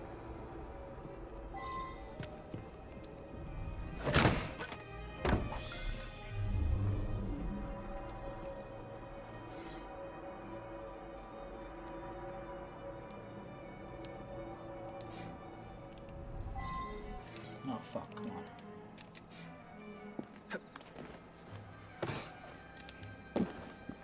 I guess I go to Lady Ursula's house though.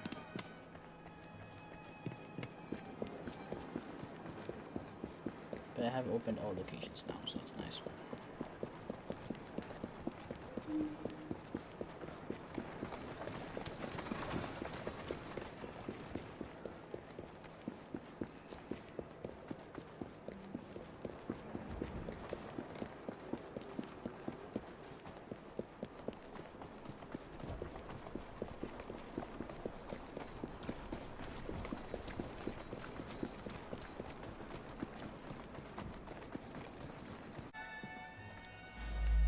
Good Lord, you found the office? I admit it then. Thaddeus and I traveled the world, bamboozling the gullible and then exposing the swindle. But his death was meant to be a fake. I have no reason to want Thaddeus dead. Quite the contrary. You believe that Everett paid Thaddeus to manipulate me? It cannot be true. Thaddeus knew all of my comings and goings. He genuinely could communicate with the world beyond. Well, I have all the information.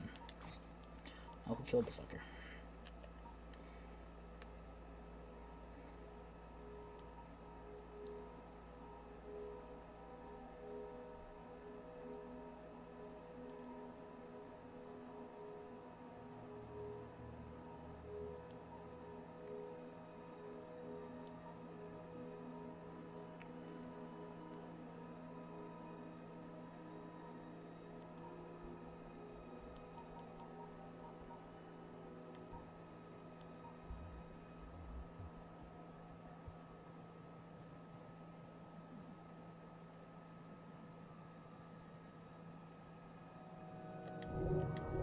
Honestly, I have no idea. I'm gonna start accusing people. He was going to reveal my plot. He paid the price for betraying a fellow crook. Okay. This Thaddeus fellow was rather too clever by half. But you pieced it all together very cleverly. Mr. Raymond was particularly interested in this one. He admired the duplicity of Thaddeus.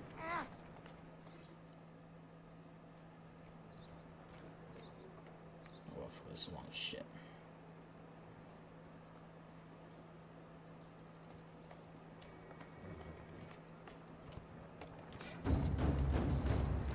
Alright, and we are back. So I actually had to, oh fuck. I'm stuck in the back of my monitor here. Fix my monitor. So I actually had to turn off my recording and whatnot, just stop it all because I kept getting frame rate skips and it was bad. But we made it up to this point. I actually did this room already, and then that's it. Can't hear anything. Oh, my headphones were at 0. And that's it, really. We just got the clues from this room, and that is all. So let's quickly do that again.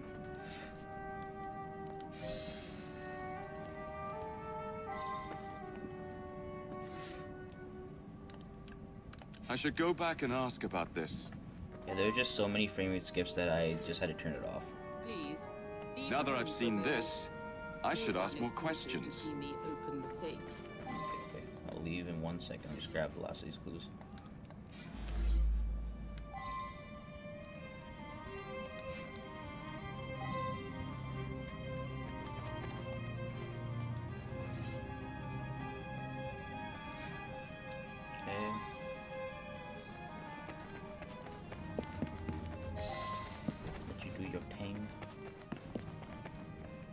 Let me do my thing.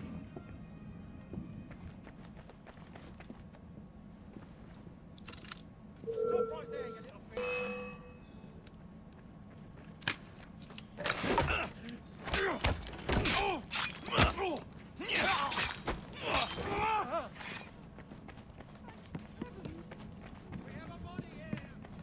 I don't. Wait, I didn't get the box.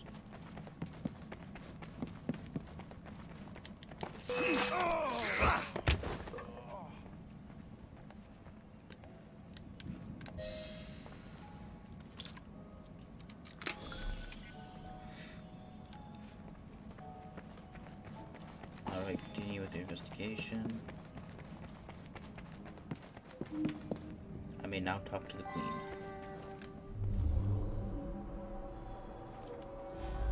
Queen Victoria. The poor man. I arrived to find him here, dead as you see him. He gave his life to defend my person. Only I know the combination. The vault contains the very precious scepter with the dove, which I've chosen to be used in tonight's knighthood ceremony. This evening, I will knight several industrialists that have worked to end the practice of child labor. All of London's luminaries are invited. Alright, this is complete. Let's go to Artie's yard.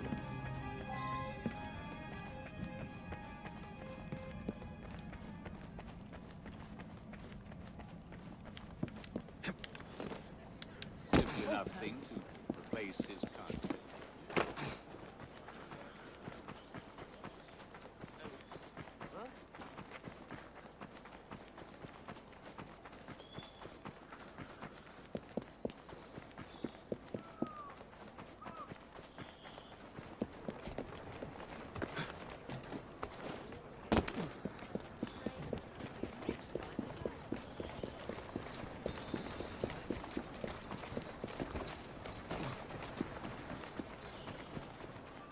Damn, Artie's yard is far as shit. Should I grab a cart? Ooh, fresh flower. Go pick that up.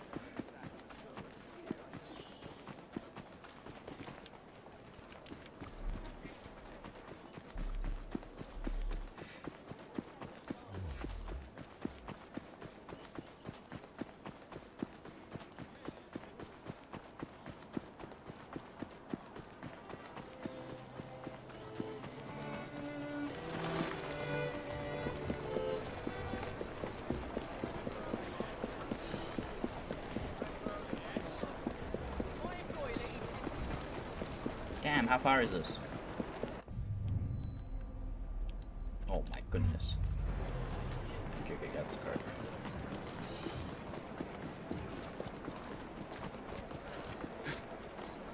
Yeah! Yeah!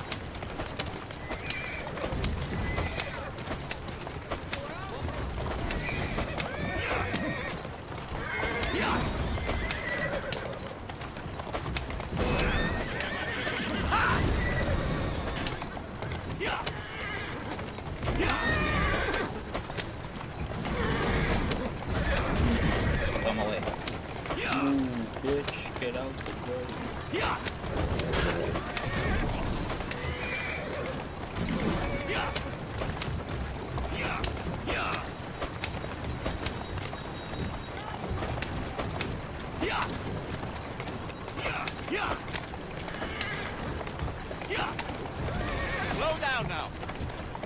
Yeah. Yeah. Yeah. Yeah. Yeah. Yeah. Slow down.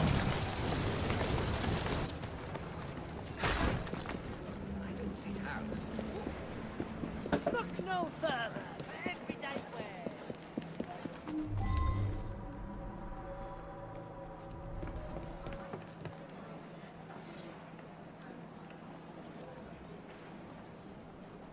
I wonder if someone could tell me more about this.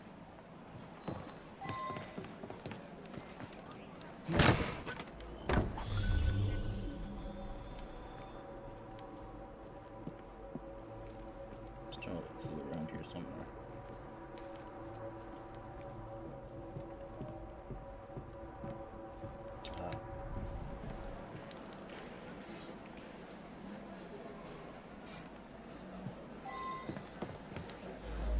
Artie's been all in a state. Thinks there's some sort of master criminal on the loose.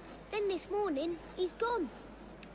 Come to think of it, he had been going on about the Queen and all for the last day or two. Seemed to think she was in some sort of trouble. Hey, Dooley. He said he was onto something. Said everything added in clues. You know, when he thought something was important, he'd write it up in invisible ink. Lemon juice like. He'd use smoke to read it. If you have a way to make smoke, you can see what it says. I did see Artie's friend, Mr. Raymond. He'd just come from Purlock Publishing with his new Penny Dreadful. Seemed very excited about it. I never liked him much. Raymond. And Artie.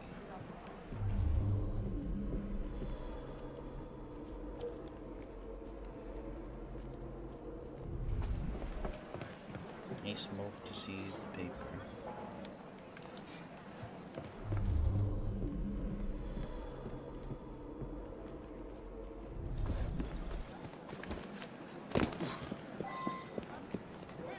Get your everyday essentials right. Where to now? Running through both of these.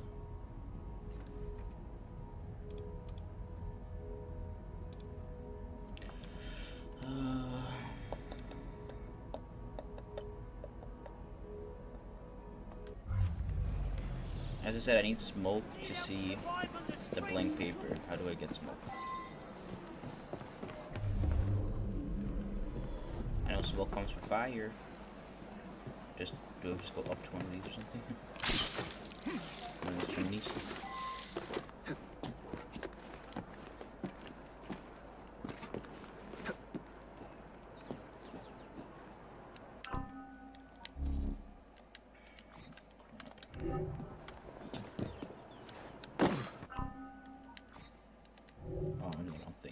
Log, dreadful crimes.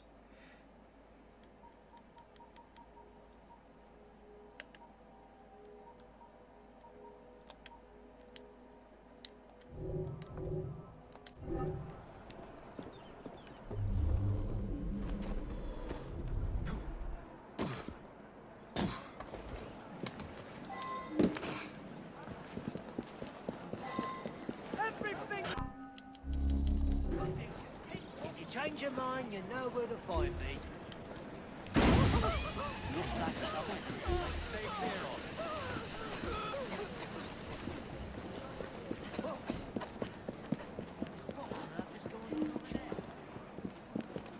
I got an idea. It doesn't make any sense to me, but still gonna do it. Wow. We're doing invisible Purlock Publishing, Henry Raymond. It's all connected. Follow the clues. No idea. Okay. Purlock clues right there. Oh, Purlock Publishing.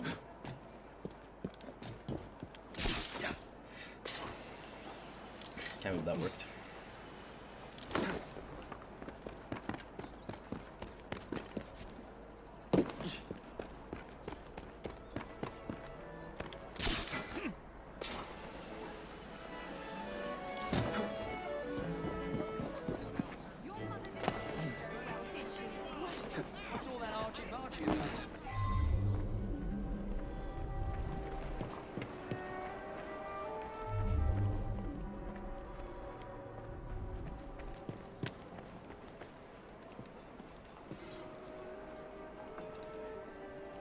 empty munitions created by Mark Prescott munitions.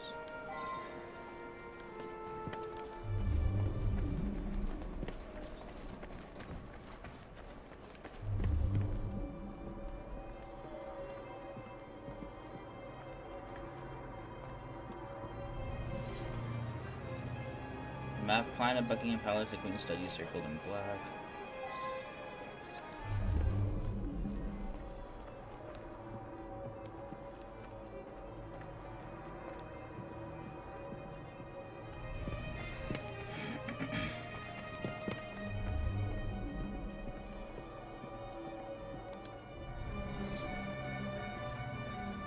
Explosion at the palace with some descriptive text attack.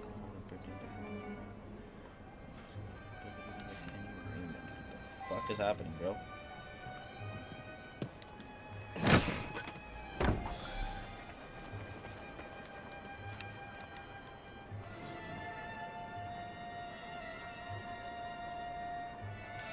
He's planning an explosion at the palace. It must be evacuated.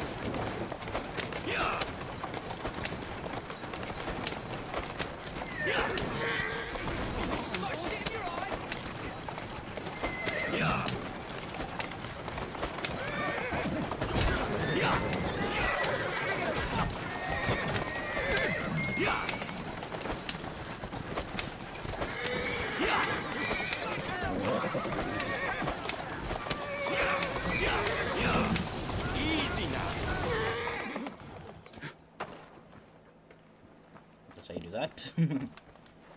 There's at least 100 people here for the knighthood ceremony. The Queen.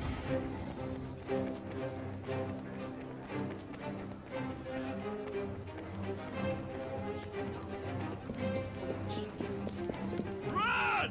Out! Do as you're told. I simply cannot wait to see it. Your lives are in danger! I want to know what's going on.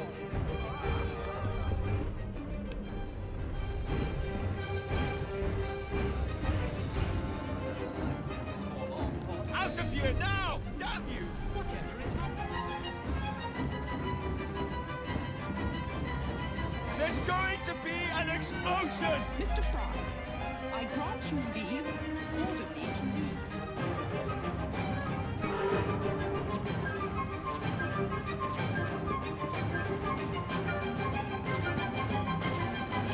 Get out the window.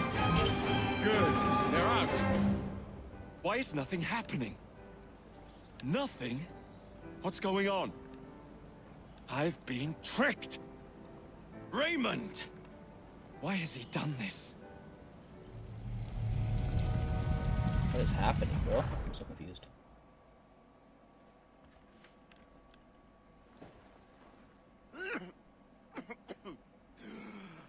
You are more naive than you appear.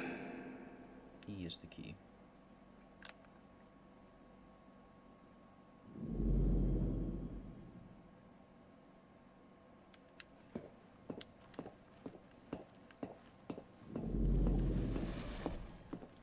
Whitechapel, GA.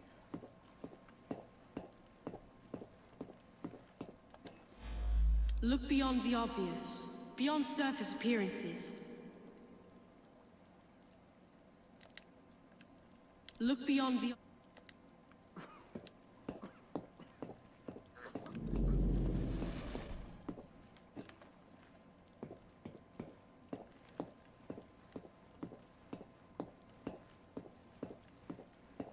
gone into Sherlock's goddamn mindscape over here, bro.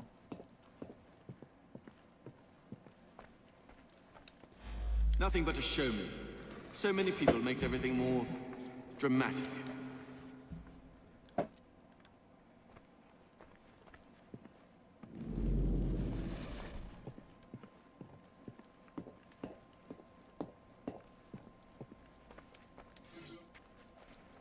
Empty munitions of Prescott, munitions 408.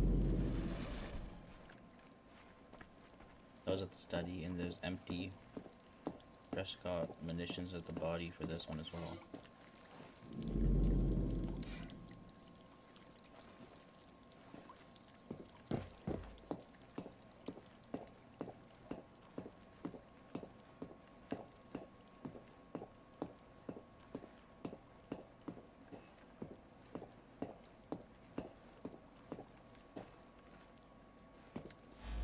I found the same clues you found.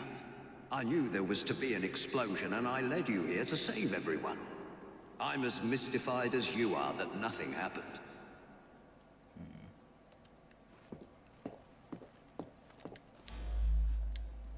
Seems to me you've created the perfect diversion, haven't you?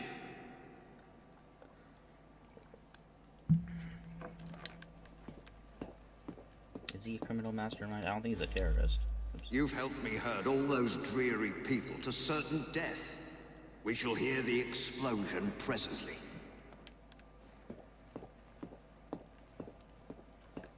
Look beyond.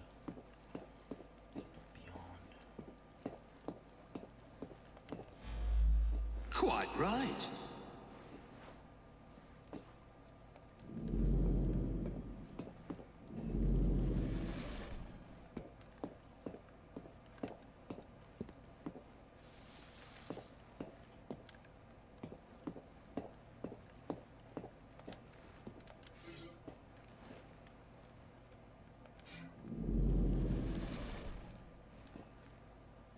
Written by a left-handed man.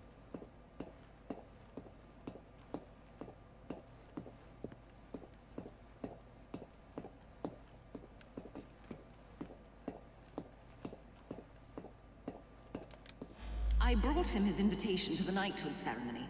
The one with the special scepter.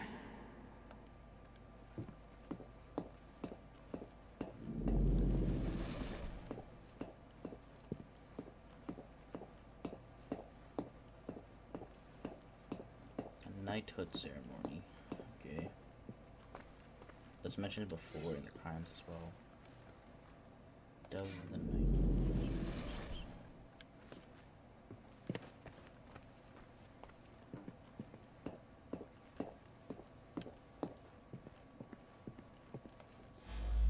Never trust a man who tells you what you want to hear.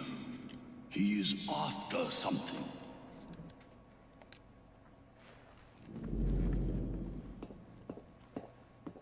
The kidnapper? While you were chasing all those people around, I absconded with the Queen. A hefty ransom is now due.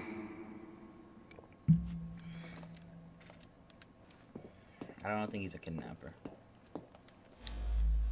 I needed you to distract everyone so that I could quietly assassinate Her Majesty the Queen.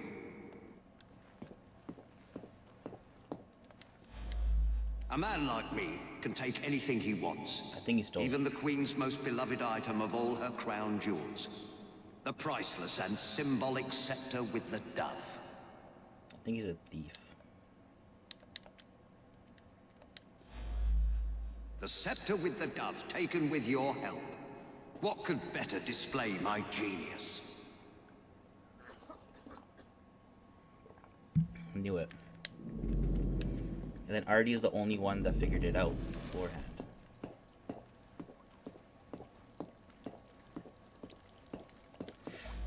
No one questions you when you wear a uniform.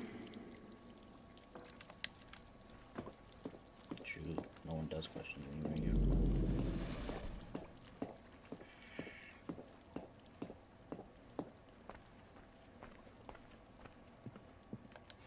The spider. Memory Palace, that's what it's called. I watched all of Sherlock. I forgot what it was called. It was called The Memory Palace. I called it a mindscape. I don't know why. I suspect the solution will turn on geometry. Geometry. I fucking hate math.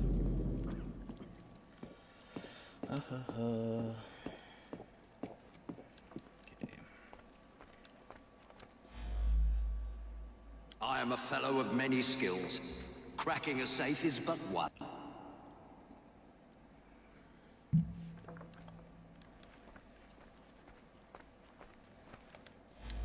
I simply watched the Queen open the safe when you arrived.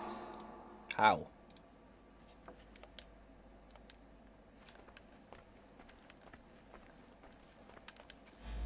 I threatened the Queen with her very life. She told me the combination in a thrice. No, I don't think so. Maybe a safecracker. That wouldn't make a very good story. No. Okay, maybe he did watch. Quite right. How did he watch though? When she opened the safe. The dead guard was I. The spider venom allowed me to fake my death. I had a perfect view from where I lay. What the fuck? I have stolen the Queen's most prized possession. The scepter with the dove. Think of it. I have outfoxed you. The most cunning detective in Britain. I mocked you by leaving clues for you at every turning point. Now I have the scepter. Proof positive of my superiority.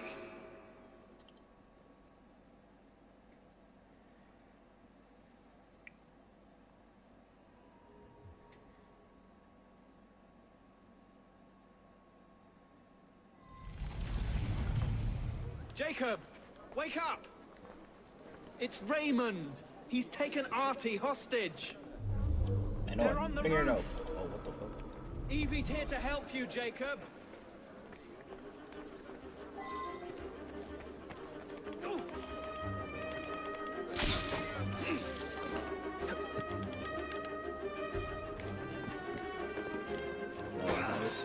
Seriously?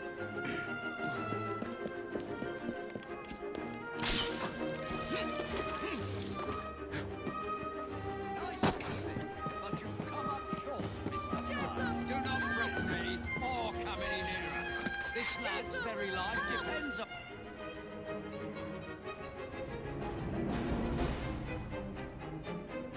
Don't worry, Jacob. He won't know it's coming. I'm distracted.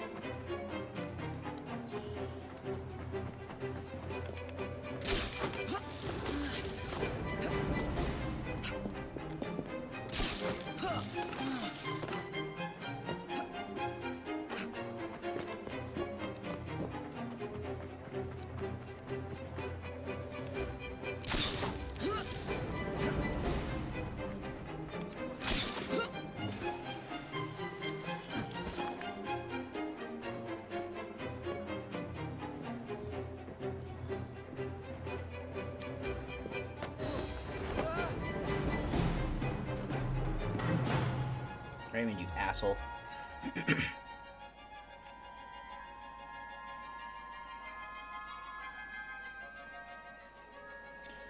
He's playing us all along.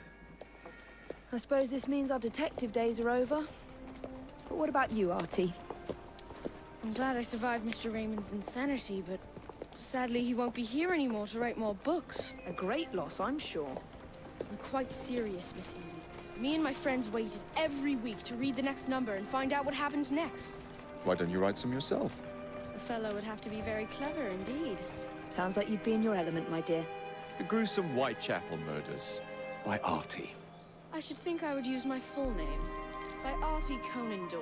Arthur Conan Doyle. Okay, I had a feeling, more of a but I didn't serious 100% know.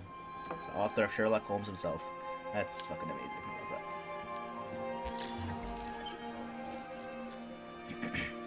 R.T. Conan Doyle right there.